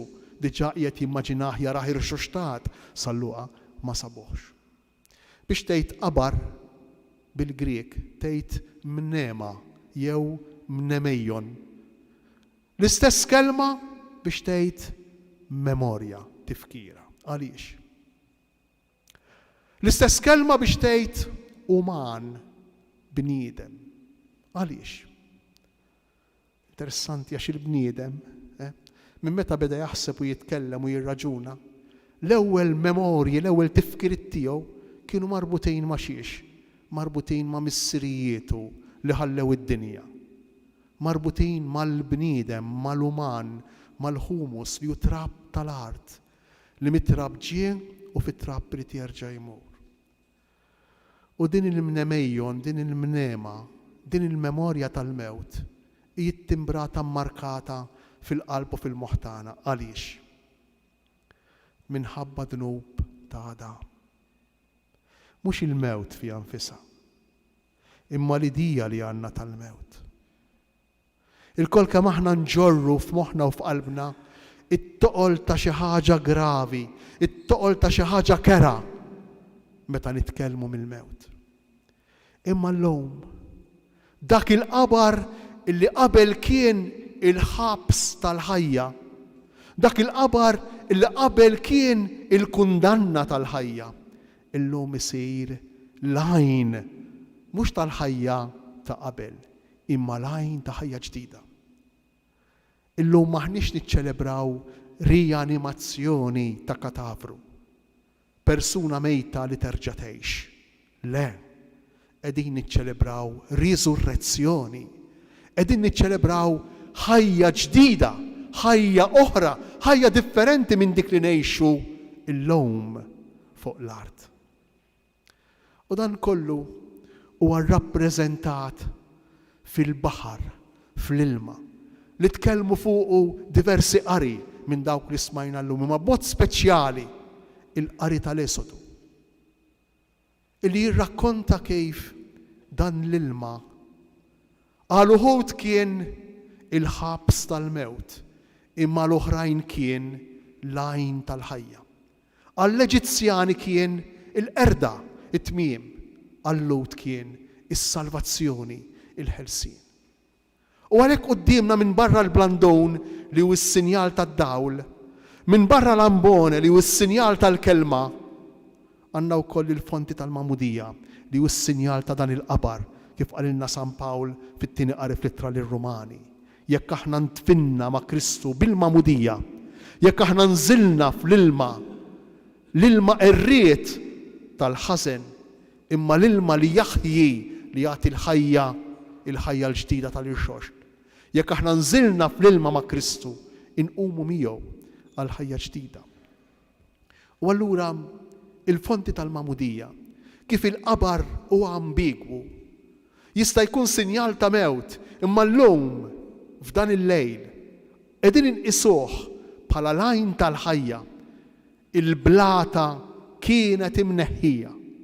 Ma baqax separazzjoni bejn id-dinja ta' dawk li nsejħulhom mejtejn u d-dinja tagħna li nsejħu lilna nfusna ħajjejn. Għaliex? Għax dawk li aħna nsejħulhom mejtejn huma iktar ħajjejn minna li nqisuna bħala ħajjejn. Hekk ukoll l-ilma tal-Mamudija huwa ambigu, ambivalenti. Għax fih aħna neqirdu kontinwament il-ħażen tagħna bl-għażliet tal-imħabba li nagħmlu f'ħajjitna, b'tali mod li nkunu nistgħu ngħixu, nirkupraw bil-mod il-mod din il-ħajja l-ġdida fi Kristu. U allura San Pawl bir-raġun jgħidilna b'mod sabiħ tassew illi l-mewt m'għandix tbeżżana.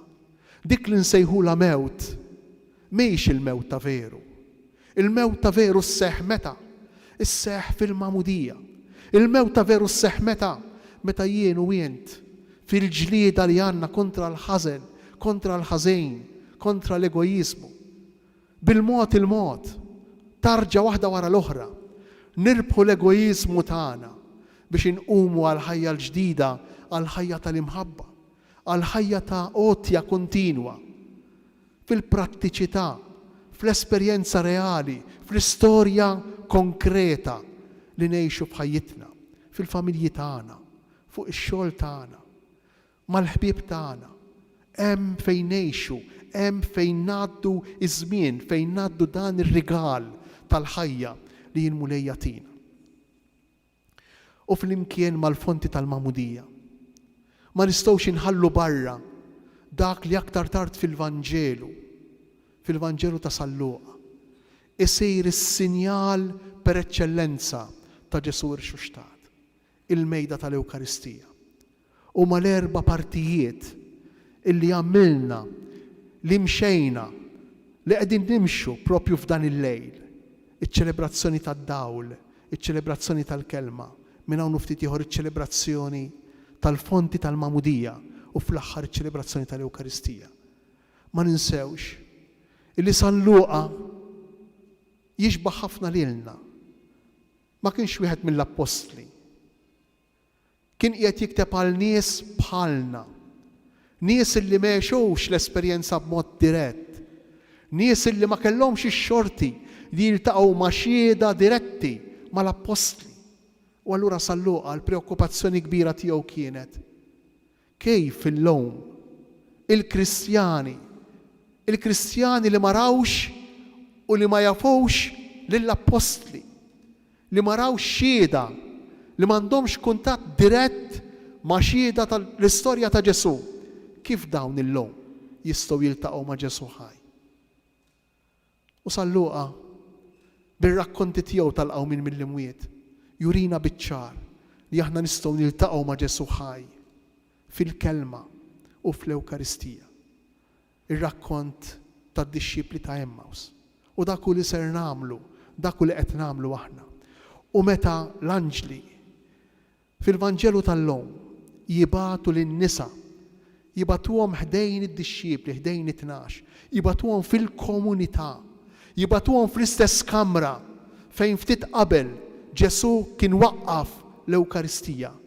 Ġesu kien baqa' ħaj f'dan is-sagrament hekk importanti. Ibqgħu ċerti li dan kien il-messaġġ ta' dawn iż-żewġ żgħażagħ tal-anġli lil dawn it-tliet nisa u lil nisa oħra li kienu magħhom biex imorru jiltaqgħu miegħu ħaj fiċ-ċelebrazzjoni tal-Ewkaristija, fiċ-ċelebrazzjoni tal-Quddisa. U dan hu li ser nagħmlu aħna lkoll. Ejjew inħallu l-lejla, mhux il-biża' tmexxina. Ejjew nilliberaw, neħilsu, nagħtu ħelsien li x-xewqa iktar profonda li għandna.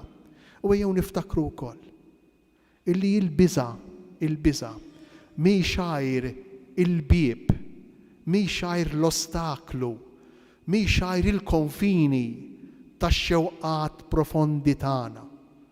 Interessanti, għax anke l-istess xjenzi umani jarfu li fil-qalb tal-bniedem hemm dawn iż-żewġ impulsi, hemm dawn iż-żewġ imbuttaturi qawwijin bħalma huma l-imħabba u l-aggressività, ir-rabja, l-imħabba, il-ħajja u l-mewt.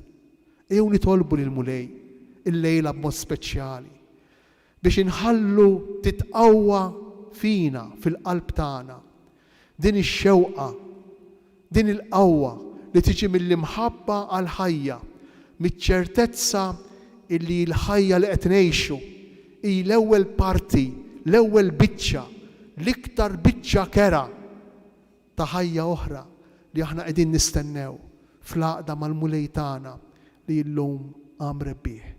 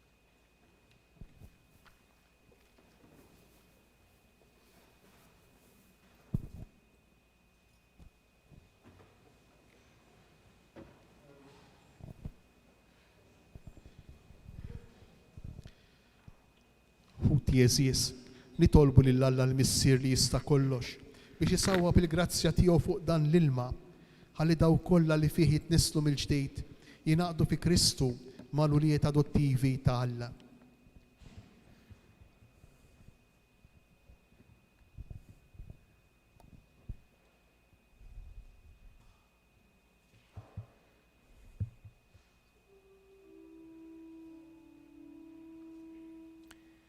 Mulej ħnina.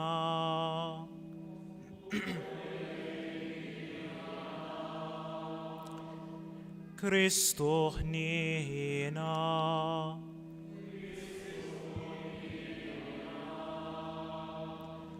Mulej ħnina.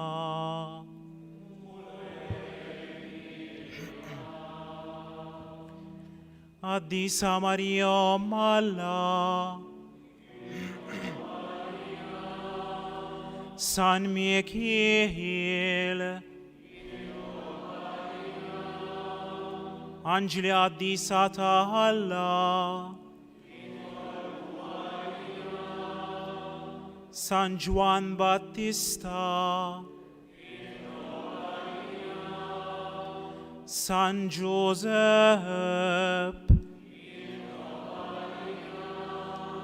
San Pietro, San Paolo, Sant'Andrea,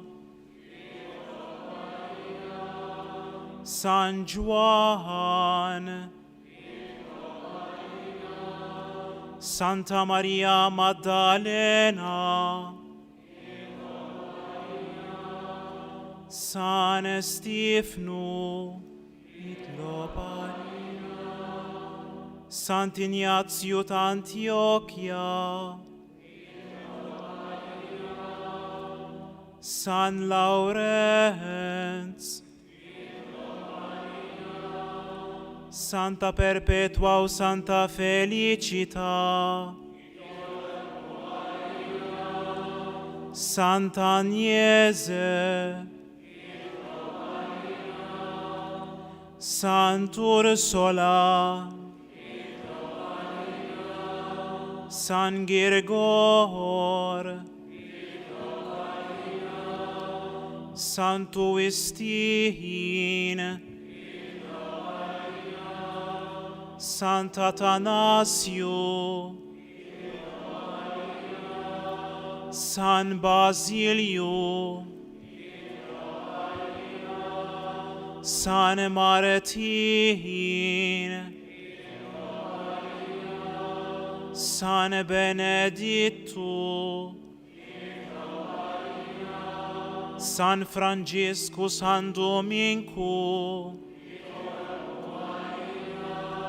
San Francisco Saverio,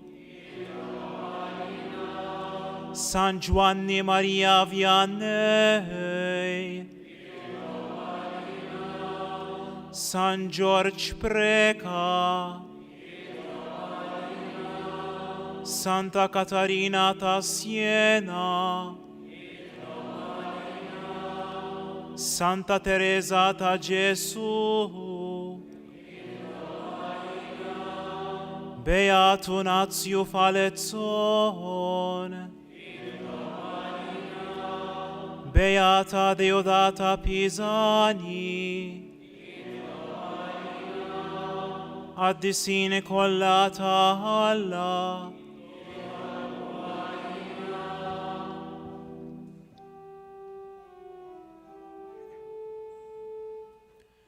Urihnina mana,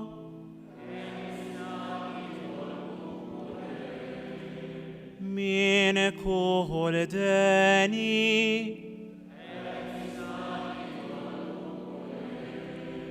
mine kuholdnub,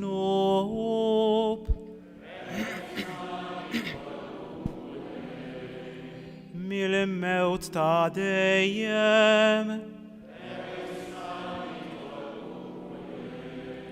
bl-inkarnazzjoni tiegħek,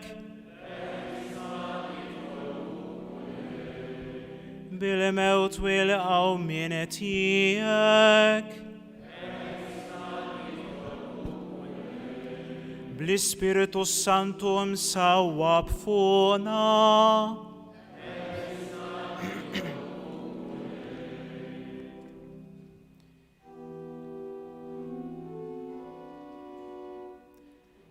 Lilna midin bin, nani tolbuk mulej. Għaddes bil-grazzja tijek dal-ilma tal-mamudija għat nissil ġdid ta' ulidek.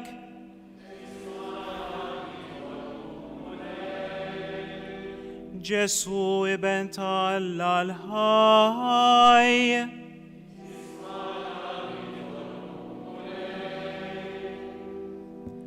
Kristu ismana.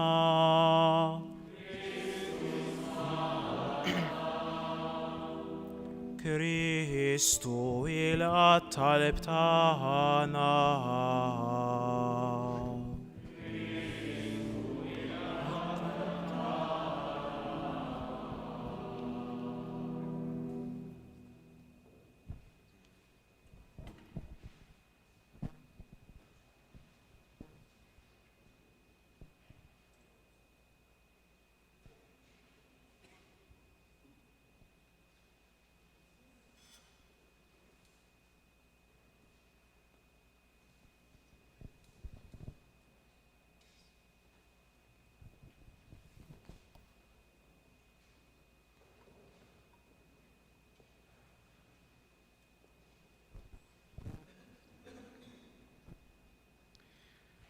U Alla, qawwa li ma narawiex blajnejn tal-ġisem, intamel leġubijiet bis-sagramenti tiegħek. B'ħafna modi ħejjejt l-ilma li jintħlaqt biex juri l-grazzja tal-mamudija. Fil-bidu tad-dinja l-ispirtu tiegħek infirex fuq l-ilmijiet biex sa minn dak iż-żmien stess l-ilma jieħu fih innifsu l-qawwa li tqaddes. Fl-ilma tad-dilluvju inti tajtna sinjal ta' twelid ġdid biex bil-misteru tal-istess ilma jinqerdu drawwiet ħżina u jitnislu drawwiet tajba. Inta għaddejt li l-uliet Abraham fl-inxief minn nofs il-baħar tal-qasab biex il-poplu tiegħek meħlus mill-jasar tal-farawn ikun xbija minn qabel tal-poplu Mammed. Ibnek Ġesu Kristu wara l-mamudija tiegħu minn Ġwanni fl-ilma tal-Ġordan kien ikkonsagrat minnek bl-Ispirtu Santu. Waqt li kien imdendel fuq is-salib ħareġ minn ġenbu l-ilma imħallat bid-dem. U wara li qam mill-imwiet, ordna lid-dixxipli tiegħu qalilhom morru u għalmu l-ġnus kollha u għamduhom fl-isem tal-Missier u tal-Iben u tal-Ispirtu Santu. Ħares mela mulej lejn il-Knisja tiegħek u iftħilha l-għajn tal-ilma tal-mamudija. Għamel li dan l-ilma jilqa' fih il-grazzja ta' ibnek mill-Ispirtu Santu biex il-bniedem li jintħlaqtu xbija tiegħek jinħasel minn kull tidnis qadim ta' dnub permezz tas-sagrament tal-mamudija u mill-ilma u l-Ispirtu Santu jirxoxta bħala iben ġdid tiegħek.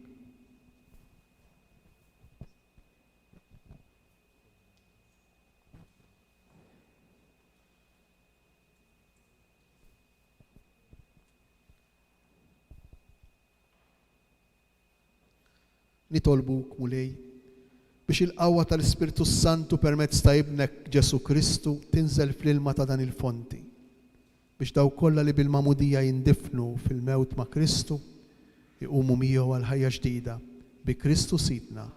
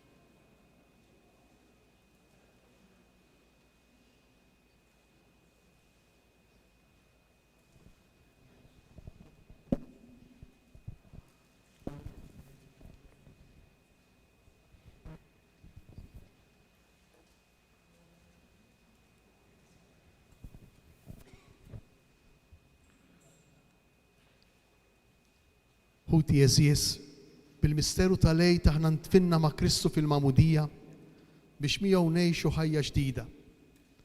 Issa li temmejna tħejja tagħna matul ir-Randan imqaddes, inġeddu l-wedjiet tal-mamudija tagħna li bihom darba ċħadna lix-xitan u l-emil kollu tiegħu u tajna kelma sħiħa lill-Alla li naqdu lilu fil-Knisja imqadsa Kattolika. Dear Katie, through the Paschal mystery, we have been buried with Christ in baptism, so that we may walk with him in newness of life. And so now, let us renew the promises of holy baptism. Għalhekk tiġħdu lix-xitan, tiġħdu l-emil kollu tiegħu, tiġħdu it-tlelli xpieraħ kollu tiegħu. Katie, do you reject Satan and all his works and all his empty promises? Temnu intom falla l-missier li jista' kollox li ħalaq is-sema u l-art? Temnu f'Ġesu Kristu, ibnu l-waħdini u sidna, li twilet minn Marija Verġni, bata u miet u difnuh, għam minn bejn l-imwiet u qiegħed fil-lemin tal-missier. Temnu fl-Ispirtu Santu, fil-Knisja Mqadsa Kattolika, fix-xirka tal-qaddisin, fil-maħfra tad-dnubiet, fil-qawma mill-imwiet u fil-ħajja ta' dejjem. Katie, do you believe in God, the Father Almighty, creator of heaven and earth? Do you believe in Jesus Christ, his only Son, our Lord, who was born of the Virgin Mary, was crucified, died, and was buried, rose from the dead, and is now seated at the right hand of the Father? Do you believe in the Holy Spirit, the Holy Catholic Church, the communion of saints, the forgiveness of sins, the resurrection of the body, and life everlasting? U Alla li jista' kollox, bis-sirsitna Ġesu Kristu, li nissirna mill-ġdid bl-ilma u l-Ispirtu Santu u tana wkoll il-maħfra ta' dnubitna, iħarisna bil-grazzja tiegħu f'Ġesu Kristu sidna għal ħajja ta' dejjem. Amen.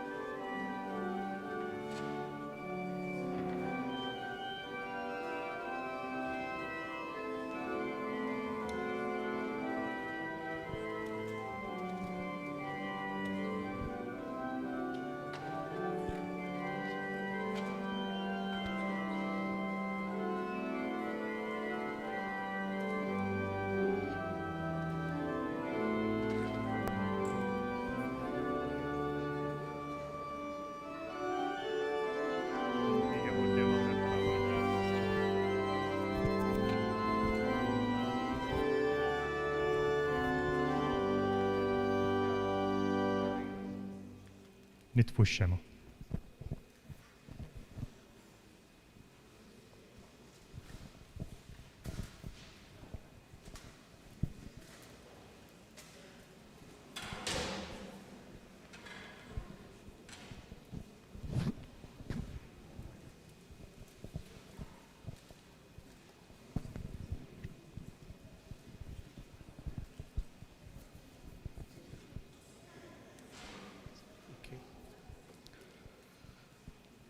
My brothers and sisters, let us pray to our Father that He will pour out the Holy Spirit to strengthen His daughter Katie with His gifts and anoint her to be more like Christ, the Son of God.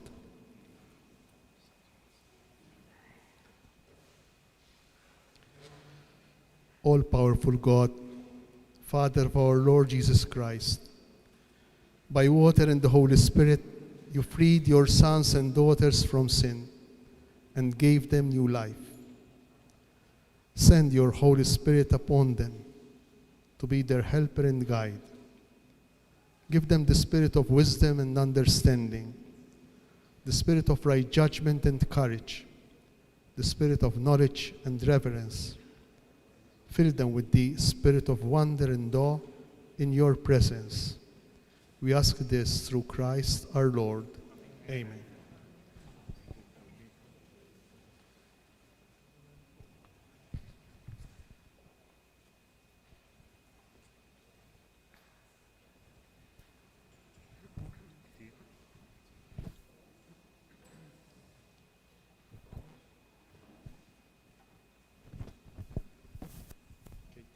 Be sealed with the gift of the Holy Spirit. Amen.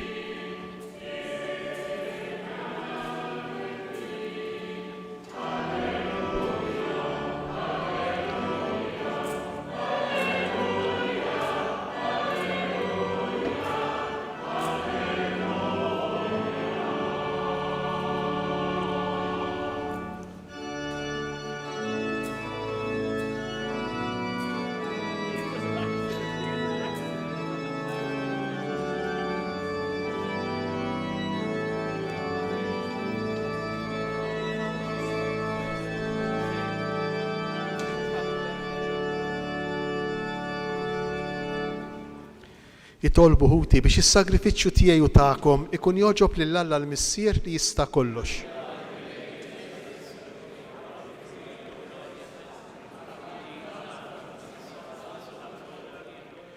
Il-qani tolbuk mulej it-talb tal-poplu tiegħek flimkien mal-offerti ta' dan is-sagrifiċċju li kien mibni bil-misteru tal-Eid u għamel li l-istess sagrifiċċju ikun ilna ta' għajnuna għal ħajja ta' dejjem bi Kristu Sidna. Il-mulej magħkom. Nerfgħu qlubna l fuq. Niżżuħar lil mulej Alla tagħna. Sewwa u xieraq tas-sew, tajjeb u taġij tas-salvazzjoni tagħna li dejjem nistqarru l-glorja tiegħek, imma b'ferħ akbar inxandruha f'dan il-lejl li fih ġie ssagrifikat Kristu, il-ħaruf tal-Eid tagħna, u l-ħaruf tas-sew li neħħad nubiet tad-dinja. Bil-mewt tiegħu qeret il-mewt tagħna u bil-qawmin tiegħu kisbilna ħajja ġdida. Għalhekk f'dan il-ferħ tal-Eid imxerret ma' kullimkien fid-dinja, il-bnedmin kollha jimtlew bil-għena u l-qawwiet tas-sema mas-setat tal-anġli jinżġulek innu ta' glorja u bla edha itennulek.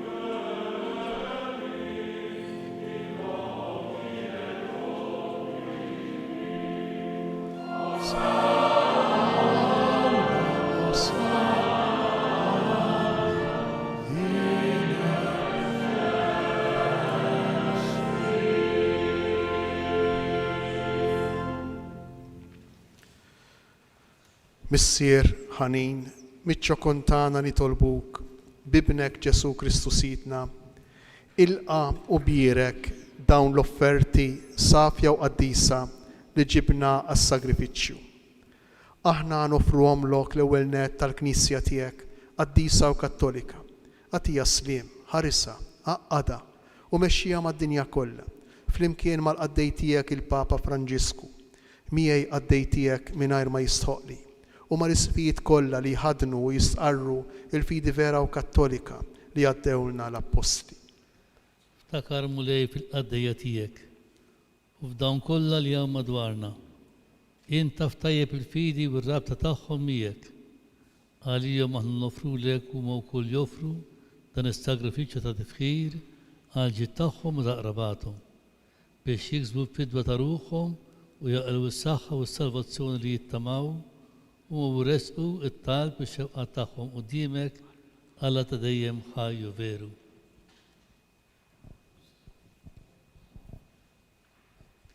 Imseħbin mal-Knisja kollha f'xirka waħda ta' mħabba waqt li niċċelebraw il-lejl qaddis tal-qawmin ta' Sidna Ġesu Kristu fil-ġisem mill-imwiet, inġeddu bil-qima it-tifkira tal-glorjuża dejjem Verġni Marija, om l-istess Alla u Sidna Ġesu Kristu, tal-arus tagħha San Ġusepp u tal-apposti u l-martri tiegħek, Pietru, Pawlu, Andrija u tal-qaddisin tiegħek kollha, għal-merti u t-talb tagħhom, enna f'kollox u ħarisna.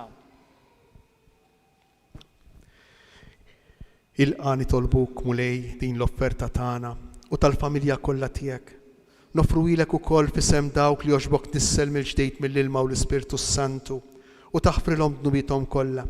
Seddaq ħajjitna fis-sliem, iħlisna mit-telfin ta' dejjem u għodna fil-merħla tal-mażulin tiegħek.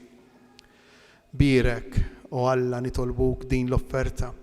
Għamel li tkun kollha kemm tiegħek wettaqa qaddisha il-qaħħa biex issir għalina il-ġisem u d-dem ta' ibnek il-għażiż Sidna Ġesu Kristu.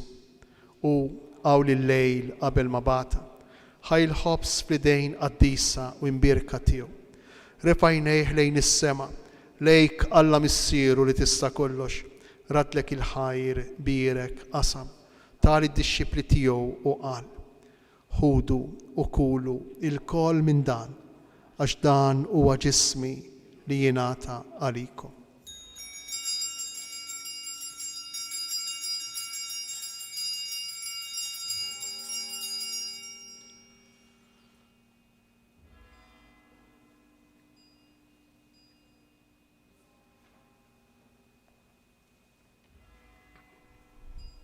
Ekku koll wara l-ikla, ħadan il-kalċi għażiż fl-idejn qaddisa u imbirka tiegħu.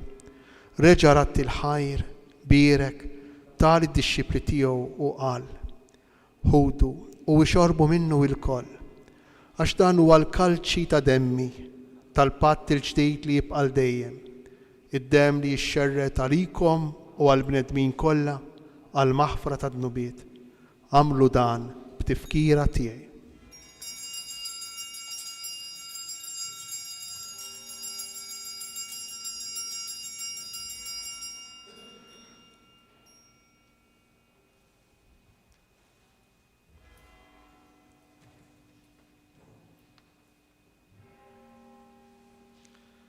Danu il-misteru tal-fidi.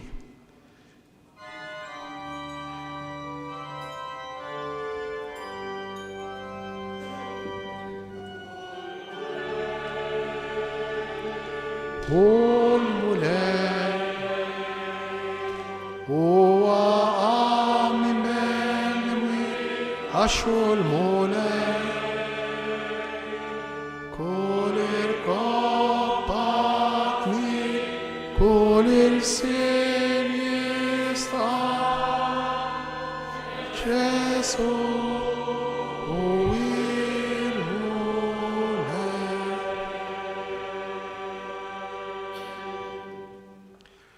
Għalek mulej aħna ministri tijak u l-poplu qaddis tijak, aħna unamlu dan b'tifkira tal-passjoni mqazza tal-istess ibnek Ġesu Kristu Sidna, tal-qawmin tiegħu mill-imwiet u tat-tluħ glorjus tiegħu fis-sema, noffru lis-sebħ tiegħek bla tarf mill-ġid li inti stess tajtna, vittma safja qaddisa bla teba, il-ħobs qaddis tal-ħajja ta' dejjem u l-kalċi tas-salvazzjoni bla tmiem. Ixħed fuqhom ħarsa ta' tieba u sliem, il-qaħħom bħalma oġbok tilqa l-offerti tal-qaddej ġustijek Abel, is-sagrifiċċju ta' missierna Abraham u s-sagrifiċċju li joffrilek il-qassis il-kbir tiegħek Melkisedek, sagrifiċċju qaddis vittma bla teba. Miċċo kontana li tolbuk, Alla li tista' kollox, għamel li l-anġlu qaddis tiegħek iwassalhom quddiem l-artal tiegħek fis-sema biex aħna l-koll li nieħdu semna mill-artal u nitqarbnu bil-ġisem imqaddes ta' ibnek nimtlew b'kull barka u grazzja tas-sema. Ftakar ukoll mulej fil-qaddejja tiegħek li telqu qabilna bis-sinjal tal-fidi li ħadu fil-mamudija u qegħdin jistrieħu fir-raqda taslim. Ħenna lihom mulej u għati lilhom u lil dak kollha li jistrieħu fi Kristu ilena id-dawl u slem.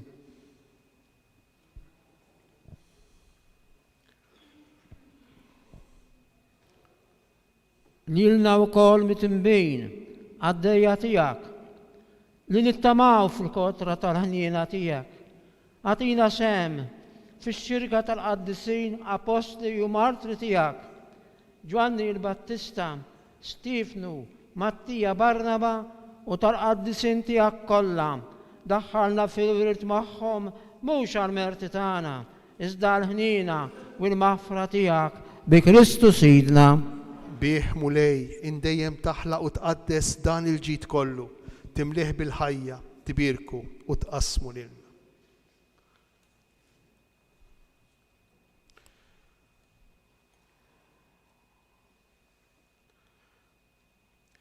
Bi Kristu ma Kristu u fi Kristu. Jingħata lilek Alla Missier li tista' kollox. Flimkien mal-Ispiritu Santu, kull ġieħu glorja għal dejjem ta' dejjem. Amen.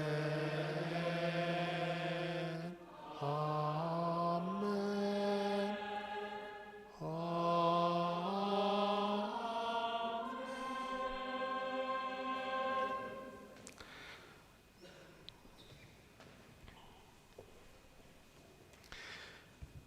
Id-dawl, l-ilma, il-kelma u l-ħobs u l-imbit huma essenzjali għal ħajja ta' kull wieħed u kull waħda minna.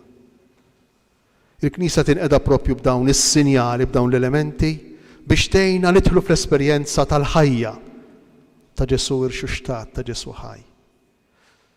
San Ġwan Grisostmu jgħidilna jekk aħna nitqarbnu niklu il-ħajja Ġesu ħaj. Din il-ħajja fina ma jista' jqrdilna ħadd. Għalhekk l-Ewkaristija, il-ħobs li niklu u ran għal ħajja ta' dejjem. Ejjew nemnu li aħna x-xurtjati, li għandna missier li mhux biss ħalaqna u tafana fid-dinja imbagħad jiġri minna li jrid le. Missier li jħobbna tassew ħalaqna biex nerġgħu lura għandu li naqdu miegħu ma jibnu l-waħdini Ġesu. Niċċelebraw dan il-ferħ tal-fatt li aħna ulied irxuxtati, ulied ħajjin, billi nitolbu flimkien u bil-qalb it-talba li għallimna sidna flimkien, missierna li jinti fis-smewiet, jitqaddes ismek, tiġi saltnatek, ikun li trid int kif fis-sema hekk da fl-ard. Ħobsna ta' kuljum għatina llum. Aħfrilna dnubitna bħalma naħfru lil min hu ħati għalina. Iddaħħalniex fit-tiġrib, iżda ħlisna mid-deni. Eħlisna nitolbuk mulej minn kull deni, għatina fit-tieba u l-ħnina tiegħek il-paċi fi żmienna biex inkunu ħielsa dejjem mid-dnub u imħarsa minn kull inkwiet aħna u nistennew u nittamaw lejna u l-miġja tas-Salvatur tagħna Ġesu Kristu. Mulej Ġesu Kristu li qed lill-apostli tiegħek inħallilkom isliem, natikom isliem tiegħi, tħarix lejn dnubitna. Iżda ħares lejn il-fidi tal-Knisja tiegħek. Għatija sliemu laqda li jintrid fija, int li tgħix wis-saltan għal dejjem ta' dejjem. Il-paċi tal-mulej irxuxtat tkun dejjem magħkom.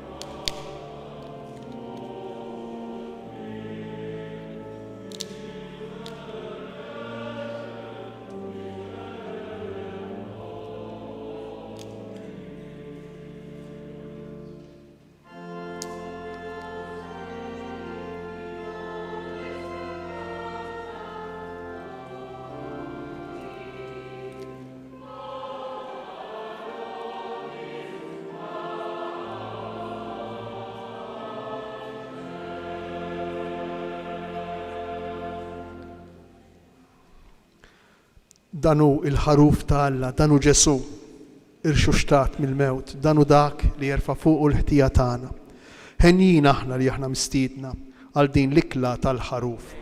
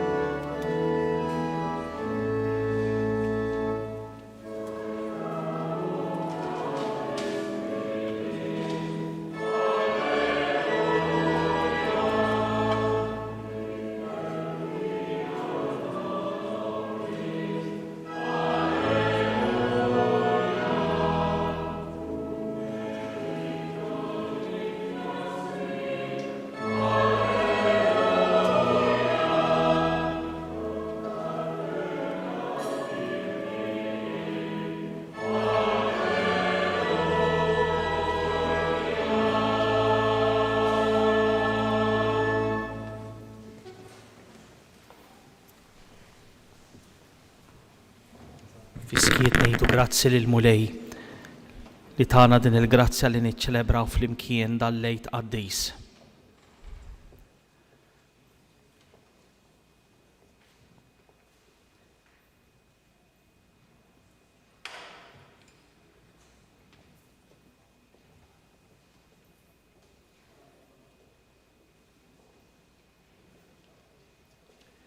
Glorja lil Missier u lil Leben u lil Ispirtu Santu. Sakemm issejjer il-ġabra nieħu din l-okkażjoni biex minn qalbi bħala raj tal-parroċċa flimkien maħud is-saċerdot inawguralkom għid qaddis. Kellna xorti kbira li din is-sena wara sentejn niċċelebraw flimkien hawnhekk dan il-misteru qaddis tal-passjoni glorjuża ta' Kristu il-qawmin tiegħu. Dawn it-3 ijiem ta' tridhom qaddes tal-għid li huma l-qofol tal-fidi tagħna, dak kollu li aħna ngħixu fil-komunità tal-fidi tagħna ngħixuh propju għal dan l-iskop, għal dan il-għan. Anke jekk forsi ħafna drabi għalun it-triq ninsew, imma ir-raġuni waħdanija għalfejn aħna niltaqgħu flimkien hawnhekk u nagħmlu mill-katedral id-dar tagħna hija propju dan biex aħna ngħixu niċċelebraw il-qawmin ta' Kristu minn ħadd għal ħadd matul is-sena kollha. U allura nagħmlilkom appell minn qalbi biex inġeddu dejjem aktar il-fidi tagħna, l-istqarrija tal-fidi fl-Ewkaristija minn ħadd tal ħadd. Kull nhar ta' ħadd il-komunità tinġabar madwar l-altar biex tiċċelebra lil Kristu ħaj. U nixtieq minn hawn insellem lil dawk kollha illi ġarrejt f'qalbi waqt dan il-moment ta' talb ta' din il-velja qaddisa tal-għid, partikolarment il-familji mill-parroċċa illi f'dawn l-aħħar ġimgħat żarithom il-mewt. Anke dawk illi żarithom il-mewt f'età bikrija u jinsabu f'jiem ta' luttu. Ċertament il-qawmin ta' Kristu jkun ta' faraġ għalihom. Jiġini f'moħħi il-familji li f'dawn l-aħħar ġimgħat kellhom tfal ta' twelid illi kienu morda u kellhom isifru bihom il-bot għal-kura. Jiġuni f'moħħi l-morda u l-anzjani magħluqin fid-dar tagħhom u li l-lejla kienu maqudin fit-talb permezz ta' trasmissjoni għal din iċ-ċelebrazzjoni. Jiġuni f'moħħi l-familji li aħna niltaqgħu magħhom, dawk fid-diffikultà, dawk illi minn ġimgħa l ġimgħa iresqu t-tfal tagħhom għal formazzjoni nisranija. Jiġuni f'moħħi dawk il-familji li issa fi żmien il-għid sejrin jiċċelebraw il-ħajja l-ġdida ta' Kristu fis-sagrament tal-ewwel tqarbina ta' wliedhom, is-sagrament tal-griesma tal-isqof ta' wliedhom tal-adolescenti u anke dawk illi qegħdin jitħejjew biex f'dan iż-żmien tal-għid anke jingħaqdu fis-sagrament ta' żwieġ. Jalla l-kol kemm aħna nibqgħu inħossu illi aħna familja waħda mibnija fuq din l-aħbar illi Kristu rebaħ il-mewt u sewwa sew fejn aħna naħsbu ta' bnedmin li aħna illi jintem kollox, illi hemmhekk verament tibda il-vera ħajja. Waslu dal-awguri lil familji kollha f'ismi u f'isem ħut is-saċerdoti. Minn nhar it-tnejn ikollna l-grazzja li aħna s-saċerdoti niġu u waslu l-barka ta' Kristu irxuxtat fid-djar tal-parroċċa tagħna. Mal-bulettin wasal il-programm ġurnata b'ġurnata bit-toroq kull jum fil-għaxija mill-erba il-qoddim. Għada ħattilejt il-qoddies hawnhekk fil-katedrali kun bħal kull nhar ta' ħadd fl-10 ta' filgħodu tkun qoddiesa speċjali bis-sem ta' tfal u tal-familji u wara ikollna il-manifestazzjoni biġbija ta' Kristu rxoxt mat-toroq tal-belt tagħna bis-sem tal-banda Leone. Nħeġġixkom ħafna sabiex it-tfal fejn hu possibbli jiġu għal din iċ-ċelebrazzjoni. Fil-għaxija l-quddies ikun fis-6 u l-aħħar waħda fis-7:15 ta' filgħaxija. Ngħid grazzi lil dawk kollha li jagħtu sehmu biex stajna inżommu b'mod xieraq dawn iċ-ċelebrazzjonijiet u jkunu ċelebrazzjonijiet ta' talb għalina bħala komunità. Grazzi minn qalbi lil kulħadd. Nitlobkom intom ħerġin tħallu il-flambo fil-qfief illi hemm ħdejn il-bieb prinċipali tal-katedrali. Inqumu bil-wieqfa.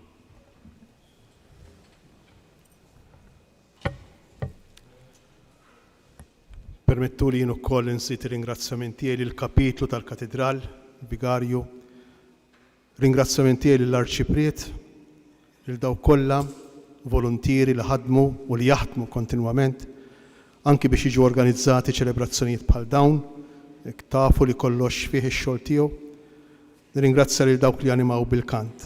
U fuq kollox nirringrazzja lilkom, eżies Kristjani insara, kemm parruċċjani ta' dan il-katedral kif ukoll Kristjani mid-djoċesi kollha tal-parteċipazzjoni tagħkom.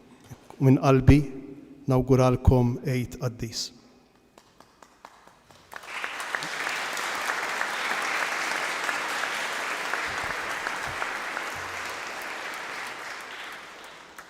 Nitolbu. Xerret fina mulej l-ispirtu tal-imħabba tiegħek. U bħalma tmajtna bis-sagrament tal-Eid ukoll fit-tiba tiegħek għamel li aħna nkunu l-koll qalb waħda bi Kristu sidna. Imbaxxu rasna l-barka ta' Alla.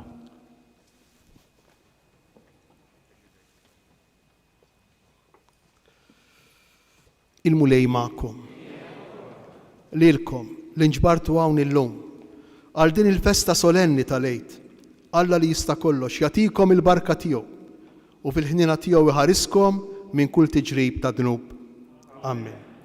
U li ġeddidkom għal ħajja ta' dejjem bil-qawmin ta' ibnu l-waħdin mill-imwiet iwettaqkom fit-tama tal-ħajja bla tmiem. Amen.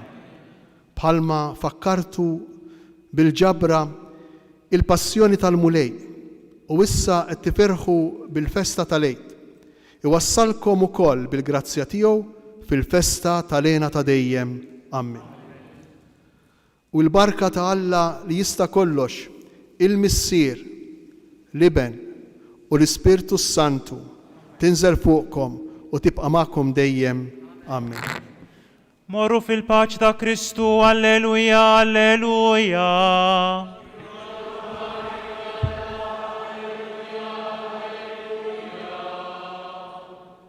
Nitlobkom biex kulħadd jibqa' f'postu, issa aħna s-saċerdoti sejrin noqorbu lejn ix-xbija ta' Santa Marija u hemmhekk l-isqof jintona l-antifona Marjana għal dan iż-żmien tal-Eid, Reġina Ċeli.